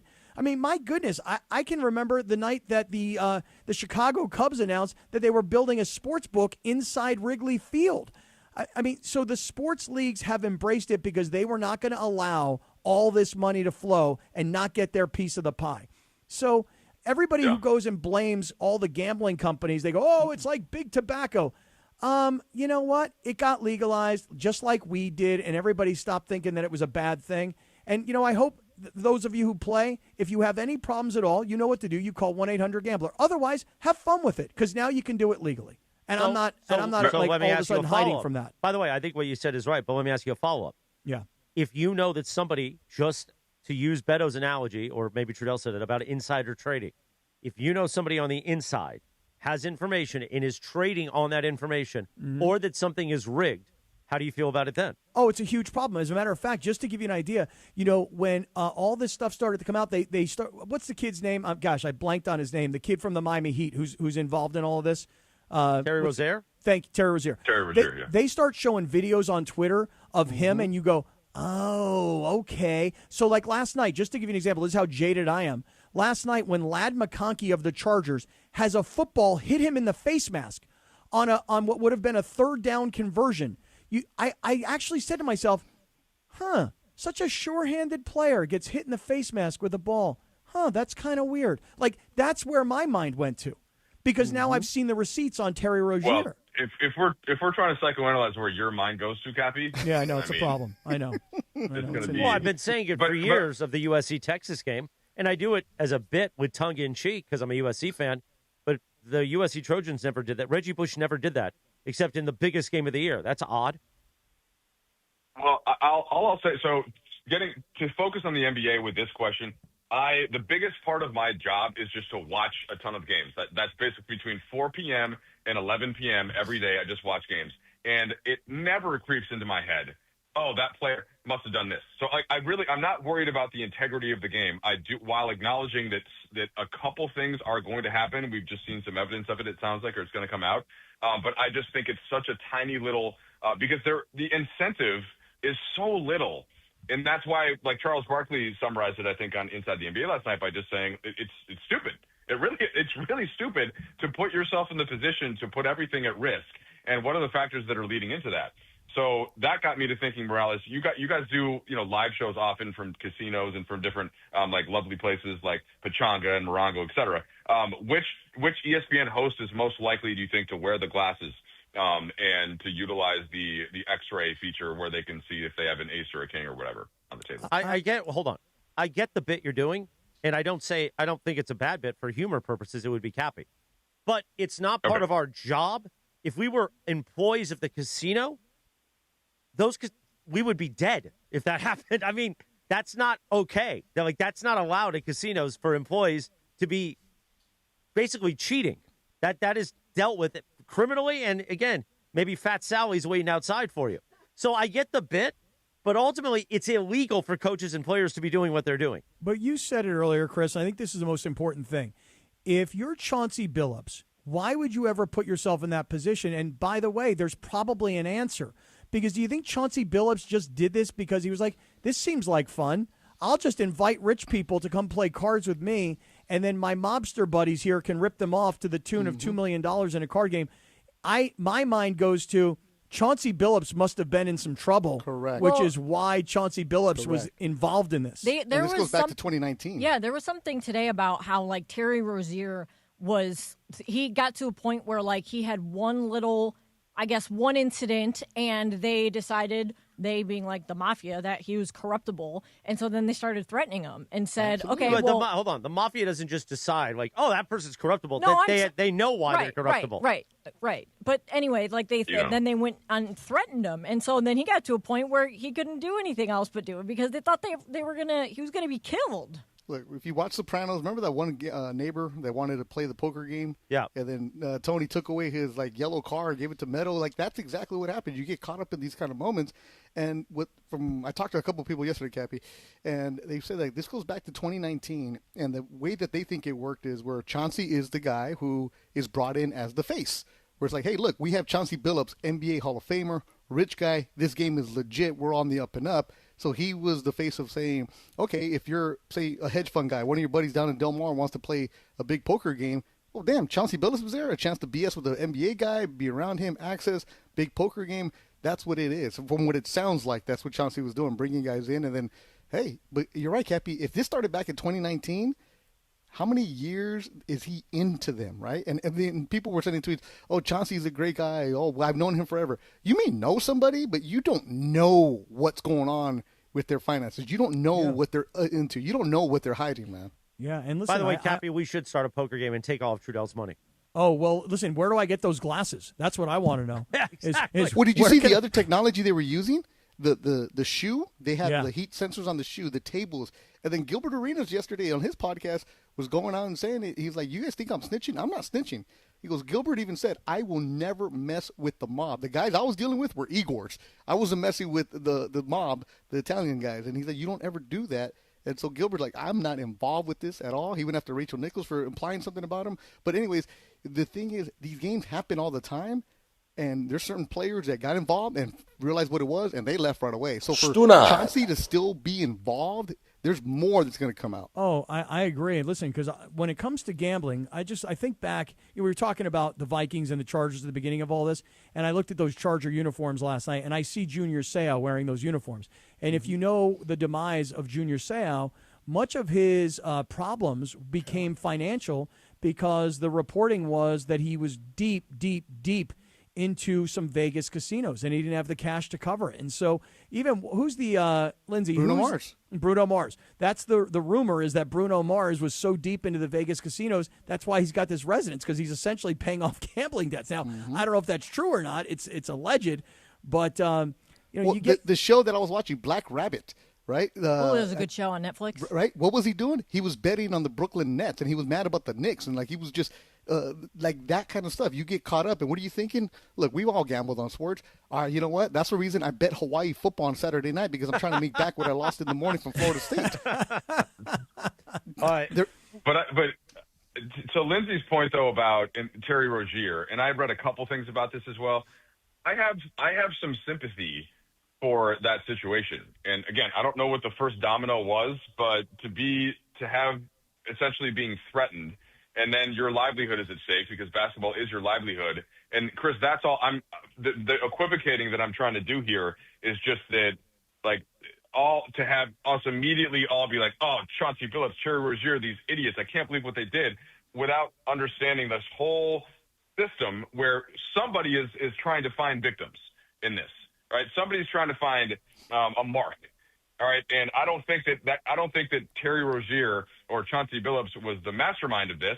They bit into a cake that they probably shouldn't have in some way, shape, or form, and they're going to be punished for it. Well, I do like how you I'm said not that. That is so true. mad at them. Yeah, that's true. Cappy's bit into many a tortas that he probably shouldn't have. Probably not. Probably shouldn't have been into them. That's right. Know? Yeah. Meanwhile, I also love the word equivocating. That was like a really serious word. It is a good Northwestern. Word. Yeah. Oh, yeah. Anyway, we're back at Legends Attic in Claremont on Thursday, October 30th from 3 to 6 p.m. with the DeMarco and Travis Afternoon Show. Hey! Welcoming Dodgers great Sean Green. Oh, the Hebraic brother. Hey, I got to get down there and say hello to him. Sean Green and Eric Gagne come celebrate the Fall Classic with us at Legends Attic. Enjoy giveaways, special guests, and amazing art by Dave Hobrecht at the ultimate sports fans destination. Get your tickets now at legendsattic.com. That is Thursday, next Thursday, October 30th from 3 to 6 p.m., the day before Halloween. By the way, I threw out in an email to our morning crew this morning, what are we doing for Halloween? Because I guess the Mason and Ireland show, I guess they're all dressing up. Now, Cappy, in years past, you and I dressed like the Island Boys. Island Boy. Island Boy. This year we should be the Ohio Boys. Have you heard about them? No, what did they do? No, remember I sent you guys that video. They're the Ohio Boys. I have The an idea. Ohio Boys. Yes. Why don't you guys be Saja Boys? Have you heard of the K-pop craze? No. This is what all the kids are into. Is this a demon hunter thing? No, something else. Yeah, man. Yeah, you know man. what I'm talking about, Greg. Yeah, man. Yeah, man. Hey, babe. Well, hey, why is everybody holding I will- baseball bats right now? I just saw Greg was, and I wanted to kind of, Yeah, costume. join me. want to be like that. Part of his costume. I have no idea what this bat is, actually, but Sam Batesh, when he comes on, will tell me all about it. All right, we'll do that in just a few moments. Trudell, thank you as always for everything. Have a great weekend. Good luck tonight on the broadcast. Say hi to Riggsy for us, please. My Will man do. right there. I'll be on with Travis and DeMarco for a little bit. This It's afternoon. DeMarco Say and hi. Travis. Let's get the branding correct. DeMarco and Travis. Thank you so much. And you'll Like I hear said. Trudell with them this afternoon. You'll hear Beto with the pregame show. And All right, right guys, now, have a good coming up in just a few moments, we'll take a 90-second timeout. The great Sammy Batesh, our ESPN LA Kings insider, he'll explain Bergman's bat. That's in 90 seconds from right now on ESPN LA. The Lake Show lives here. Tonight, the Lake Show is back on the floor and looking to bounce back after dropping the season opener. The Warriors come into crypto on opening night and beat the Lakers by 10. Lakers host the T-Wolves in Game 2. Coverage begins tonight at 5:30 p.m. I thought I told you time and time again that we won't stop.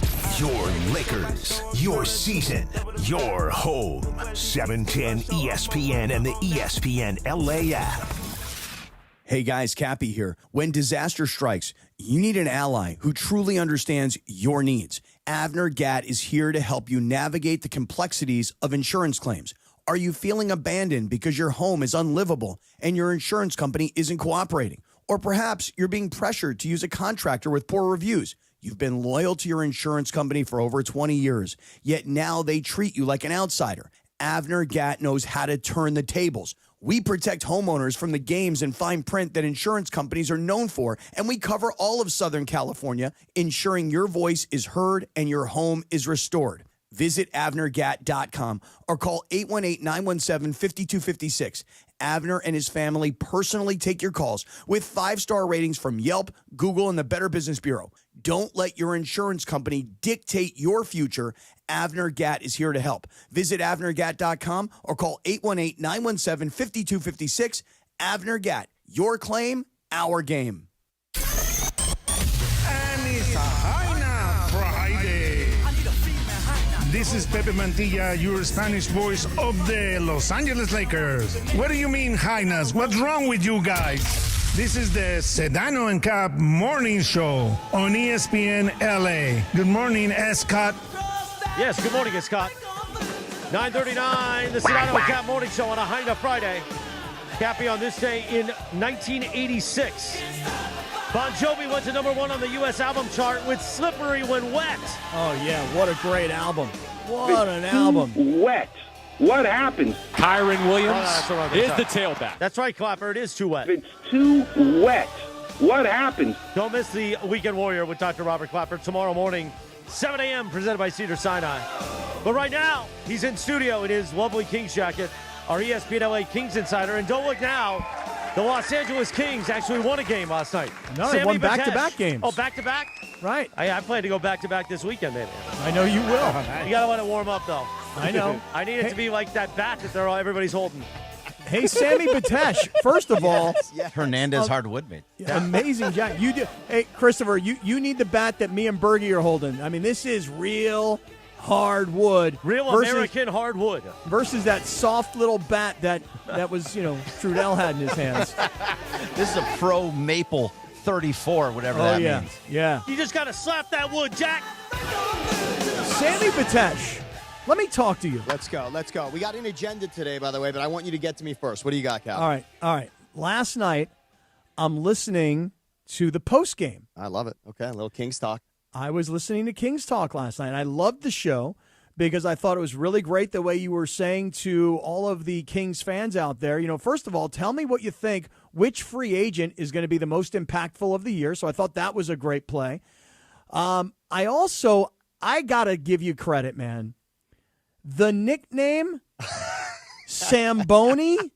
I mean, Sammy Batesh is catchy enough, but when you're hosting Kings Talk and your name is Samboni, oh, brother, I was all over Samboni last night. Let me tell you something, Cappy. I got to give a little credit to my friend Boris, and Chris knows my buddy Boris. Might have been sniffing keys. He sniffed Boris's keys a couple times. Maybe so, but I'll tell you this much. Boris came up with Samboni, and now we need Pepe to give me an S. Samboni, right? I think I need that. I mean, Samboni thing is perfect, and people are loving it on King's Talk. They're calling, and they're saying, Samboni, we're loving the energy. They've all caught on to the nickname very quick. By the way, so Cappy, thanks. I used to call my dog Sam. I used to call him Samboni, and then it turned into Sam Bone something else. And then someone was like, "Did you really rename your dog that?" It's a great look, Lindsay. It's a great name for the dog, obviously with the bone connection there. But then Samboni, I think is just too. That's just too perfect there. And I'm just saying. It makes me think of my dog every time. Yeah. There was a caller, though, Samboni, that he called and gave you a lot of love about the energy that you have brought to the Kings Talk show. And so great job by you. And, hey, listen, great job by the Kings, right? Because going into this road trip, they had lost a bunch of games in a row. They were really playing bad hockey. And to turn it around on the road and to get a couple of wins against St. Louis and then Dallas, these are great wins for the Kings, who, like you said, just got off to such a bad start. Look, it was 1-3-2. I mean, this season had one win on it before this road trip, and traditionally they haven't played well in Dallas or St. Louis, and they pick up 2 points in each of those games. So from 1-3-2, this team is now 3-3-2. St. Louis and Dallas, big wins. And, Cappy, we didn't even say the best part. Back-to-back wins in overtime.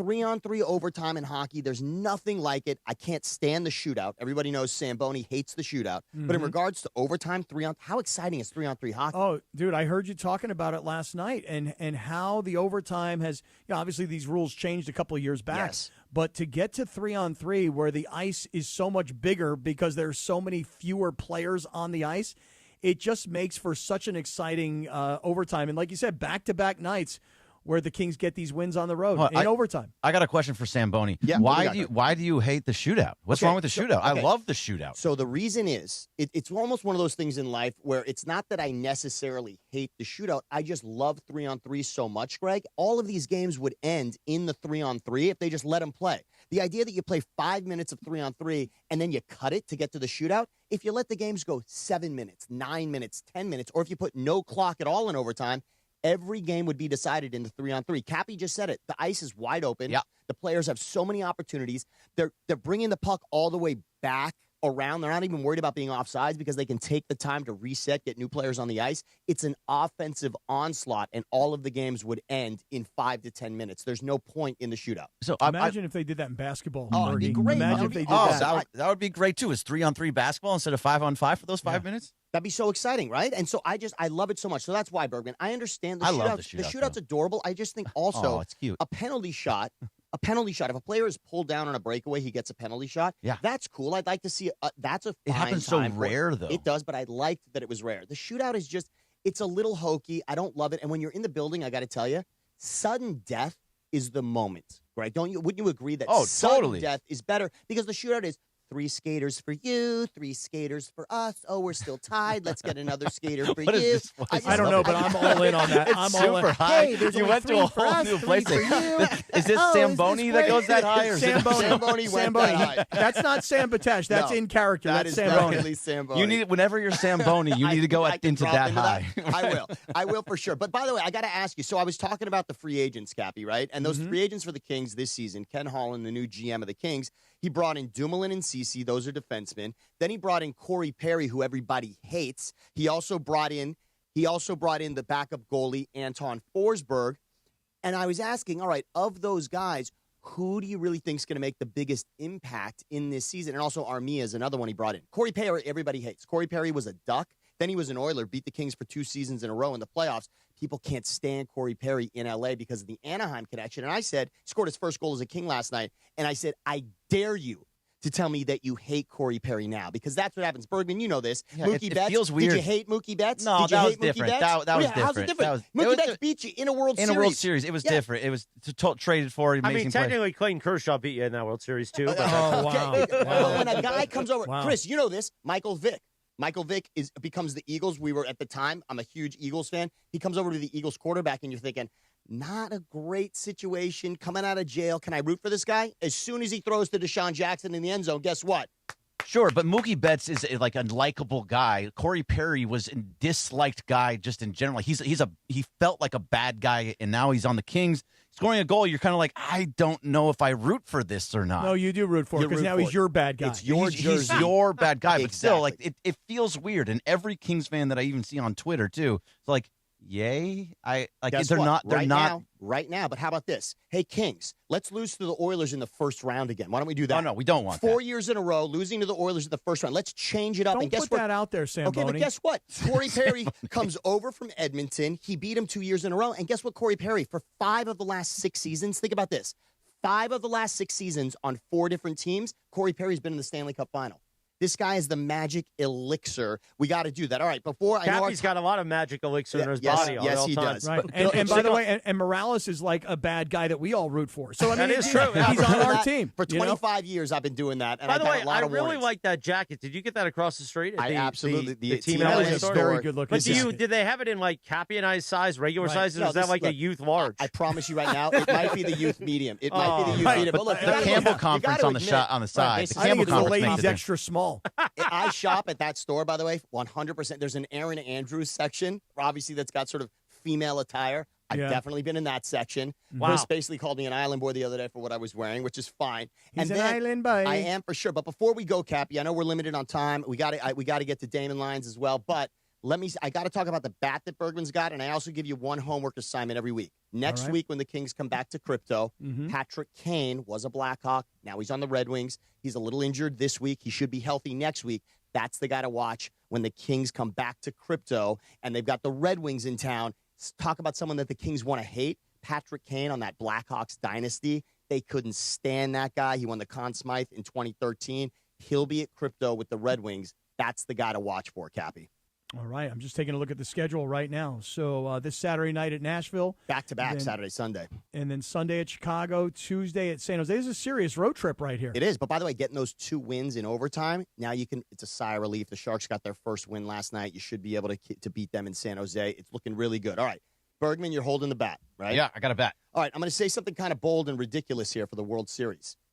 I think as Zamboni, I'm supposed to root for Canada here.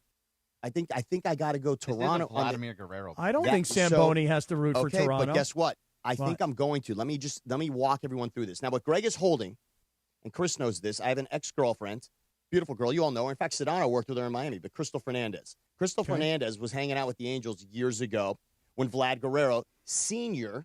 was an MVP with the Angels. That is a game-used Vladimir Guerrero bat from when he was with the Angels. And he was my favorite player with the Expos and then with the Angels. So that is a bat, and it is inspired by Vladimir Guerrero's son, obviously being in the World Series now with Toronto. So why are you putting this in my hands? So, well, first of all, it's a And great why are bat. you bragging about who you used to go out with? He It's a- jinxed no, it. I thought that would make Cappy, we should sell game-used bats. He just That's really that's very true. Bergman, it feels nice, though, doesn't it? I That's mean, a great it's bat. a good heavy bat, but like It's a great bat. Do I feel is this gonna like jinx me? No, not at all. Not at all. The First of fact all, is, he put the bat in your hand and you didn't even know whose bat it was. that's true. You just I think Cappy gets into that tonight. You turn the lights out. You turn the lights out. You hold your hand out. You don't know what happens, right? That's totally fine. So this is my thought process on this World Series.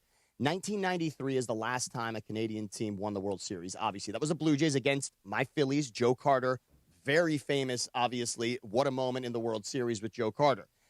Also, in the Stanley Cup final, the last time a Canadian team won the Stanley Cup, 1993. Also, they beat Wayne Gretzky and the Kings in '93 in that Stanley Cup what final. are you doing here? So I know, what's going on, I'm just Sam? saying, We're on right LA radio. We here. are, but okay, but you can't tell me. I mean, it's Toronto versus LA. I think I'm supposed to rep Canada a little bit here, and that's what I'm doing. I'm going to Wow. say All that right. I'm officially in on breaking the Canadian curse here. They haven't been able to do it in the Stanley Cup in the final at all. They've lost. There's been 6 teams that have lost in the Stanley Cup final since that 93 win by the Canadians. And now in baseball, 93 is the last time Toronto won it. And here they are again.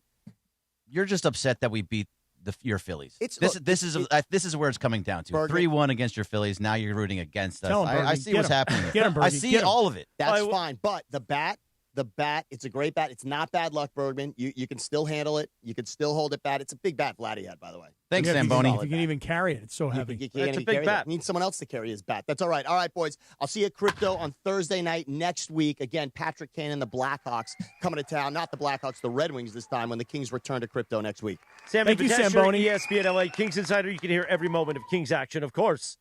Some games on 7:10 a.m., select games, and every moment on the all-new ESPN LA app. Damon Wines is on hold, CEO of Sellers Advantage. We'll get to him in a moment. By the way, YouTube TV customers, you could lose ESPN and the sports you love, including college football, college game day, Monday Night Football, NBA, college basketball, and more. Take action. Go to keepmynetworks.com to keep ESPN. That's keepmynetworks.com to keep ESPN. Give me the music, producer Jorge, for the Dealer's Choice. Dealer's Choice, real deal time with Cappy. Brought to you by Sellers Advantage. Want to sell your house? Before you call an agent, call Sellers Advantage. They'll buy it as is with a competitive cash offer. No repairs needed. They make selling easy. Call 888-390-AS-IS for a no-obligation offer. Or visit sellersadvantage.com, DRE0196-1658. You know, Cappy, earlier in the week, for Lakers opening night, Damon Wines, the CEO of Sellers Advantage, who joins us now. Good morning, Damon. Hi, Damon. Hey, good morning, everybody. Damon and I sat down for a Meet the Partners podcast, and we did 30 minutes of content, and it just flew by. And then we had Damon over to the Nixo Lounge at our downtown LA, home away from home, East Central Hotel. Then Damon was in the suite with us for Lakers opening night. Damon, you survived like 7 hours with me. How did that feel? Do I have to be honest because we're on the air, or can I? Yeah, I mean, either way, it's fun. Okay. It was amazing. You know, I had a great afternoon. It was fun getting together with you guys, doing the partner podcast, just talking about more of our history and what we've been through. And then, just hanging out with the crew and just being normal people instead of personas, right? Well, like but that. Damon, I was very jealous, though, because me and your son, Scout, we decided to start crushing some slider burgers. And the two of us were looking over at you, looking lean and mean and ripped. And I was like, look at your dad, man. And I was like, why? Maybe we shouldn't be eating these slider burgers. Look at him and look at us. But he told me, your son, he's like, hey, my dad has motivated me. I am in the gym. I am working hard. And you are in good shape, bro. You're looking good. No, I appreciate it. I got lazy for a while and didn't do anything. And it's been a little over a year. I've been hitting the gym every morning, and I'm not doing so good at watching what I eat. So I'm not as lean and mean as I could be. But, hey, I work out so I can eat. Amen. Same deal. So, Damon, you were telling us the story, though, when we were in the ESPN LA suite, that last year, how many World Series games did you make it to? 4 of them. I mean, impressive. You got to 4 World Series games last year. Were they all? Did you make it every Dodger Stadium, or where did you make? Did you travel at all? Yep. So I went to the first 2 in Dodger Stadium. Yep. And then I was traveling, and I missed the 3rd game.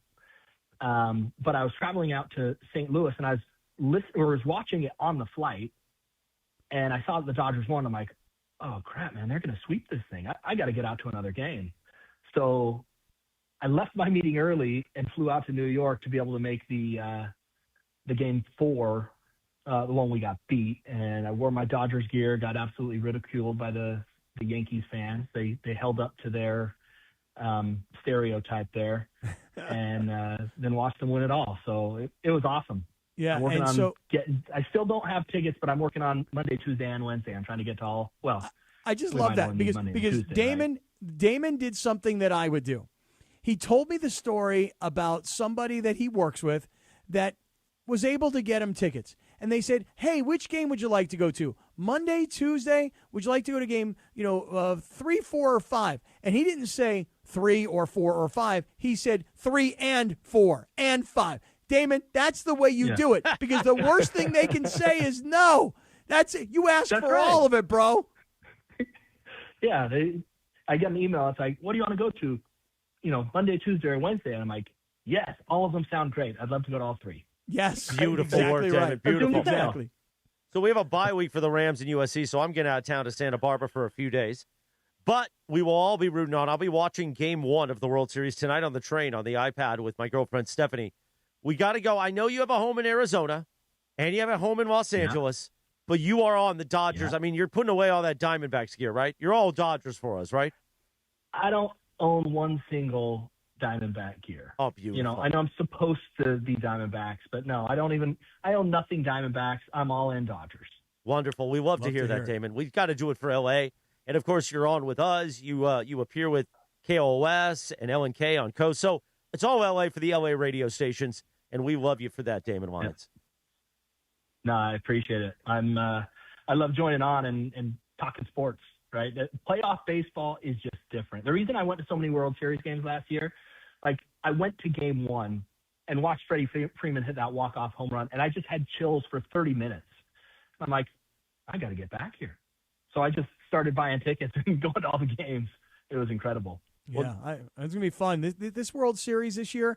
I know a lot of people are like, the Dodgers have been resting and they're gonna sweep. I don't think so. I think this is going to be a much tougher World Series than perhaps Dodger fans anticipate. And listen, if I'm wrong, I'm wrong. And everybody can party and we can have another parade like last year, which was awesome and fun. But I think this is going to be a much tougher go. What's your prediction on the World Series, Damon? Yeah, I agree with you. I don't ever, especially when it's a home team, it seems to never go my way. Like I think it's going to be easy and it doesn't. So I'm mentally prepared for the win. But I don't think it's going to be a sweep. I think there's always a fighting chance when you talk about caliber of baseball players like this. I think it's going to go more games. I don't know the number, but if we win in 4, I'll actually be surprised. Yeah. Bergie, what's your prediction on this? Are you giving out a prediction on this, Mr. Yeah, Blue Review? On the Blue Review this morning, I did say Dodgers in 5. I was going to go Dodgers in 6, but after thinking about everything, how good their offense is, how good their pitching staff is, and how their bullpen is actually better than their bullpen, I'm going Dodgers in 5. All right. I'm going to take Dodgers in 7. I think this thing's going the distance. Dodgers in 7 for me. I'm going to go Dodgers easy 4, just so you guys know. Wow, want it on the record. I want it on the record. Easy 4. Chrissy? Well, I want 4 because of the sweep, but there's no chance they're going to sweep the Blue Jays. So I would say 6. Okay, Dodgers in 6 when they go back to Toronto. Okay, Yeah. There you go. Everybody has made their Jorge? prediction. Jorge Briones? I'm with Chris. I think it's going to be 6. Dodgers in 6. Yeah, like Jorge's guy, he likes a nice easy 6. You know what I mean? Not the hard 6? He Not likes the the hard easy 6. 6. Okay. All right, Damon, very have a good. beautiful weekend. Enjoy. We'll talk to you next week, my friend. Appreciate you, Damon. Always awesome talking to you guys. Have a great weekend. All right, man. Have a great weekend, dude. Mongrels, have a beautiful weekend. Thanks for spending the week with us. Start it Monday at 7 a.m. Sedano and Cappy, the morning show. We'll be back. We'll be reacting to the full weekend, and there'll be fun and frivolity. Cappy, be careful this weekend. That's a lot of Rachel time. Hey, if anybody's in Laguna, we may catch up. So we got the weekend off because of the Rams. I'll see you guys in Laguna. Chris, have fun in Santa Barbara. Thank you. Everybody have a beautiful weekend. We'll see you Monday, suckers. What do you mean, Highness? What's wrong with you guys?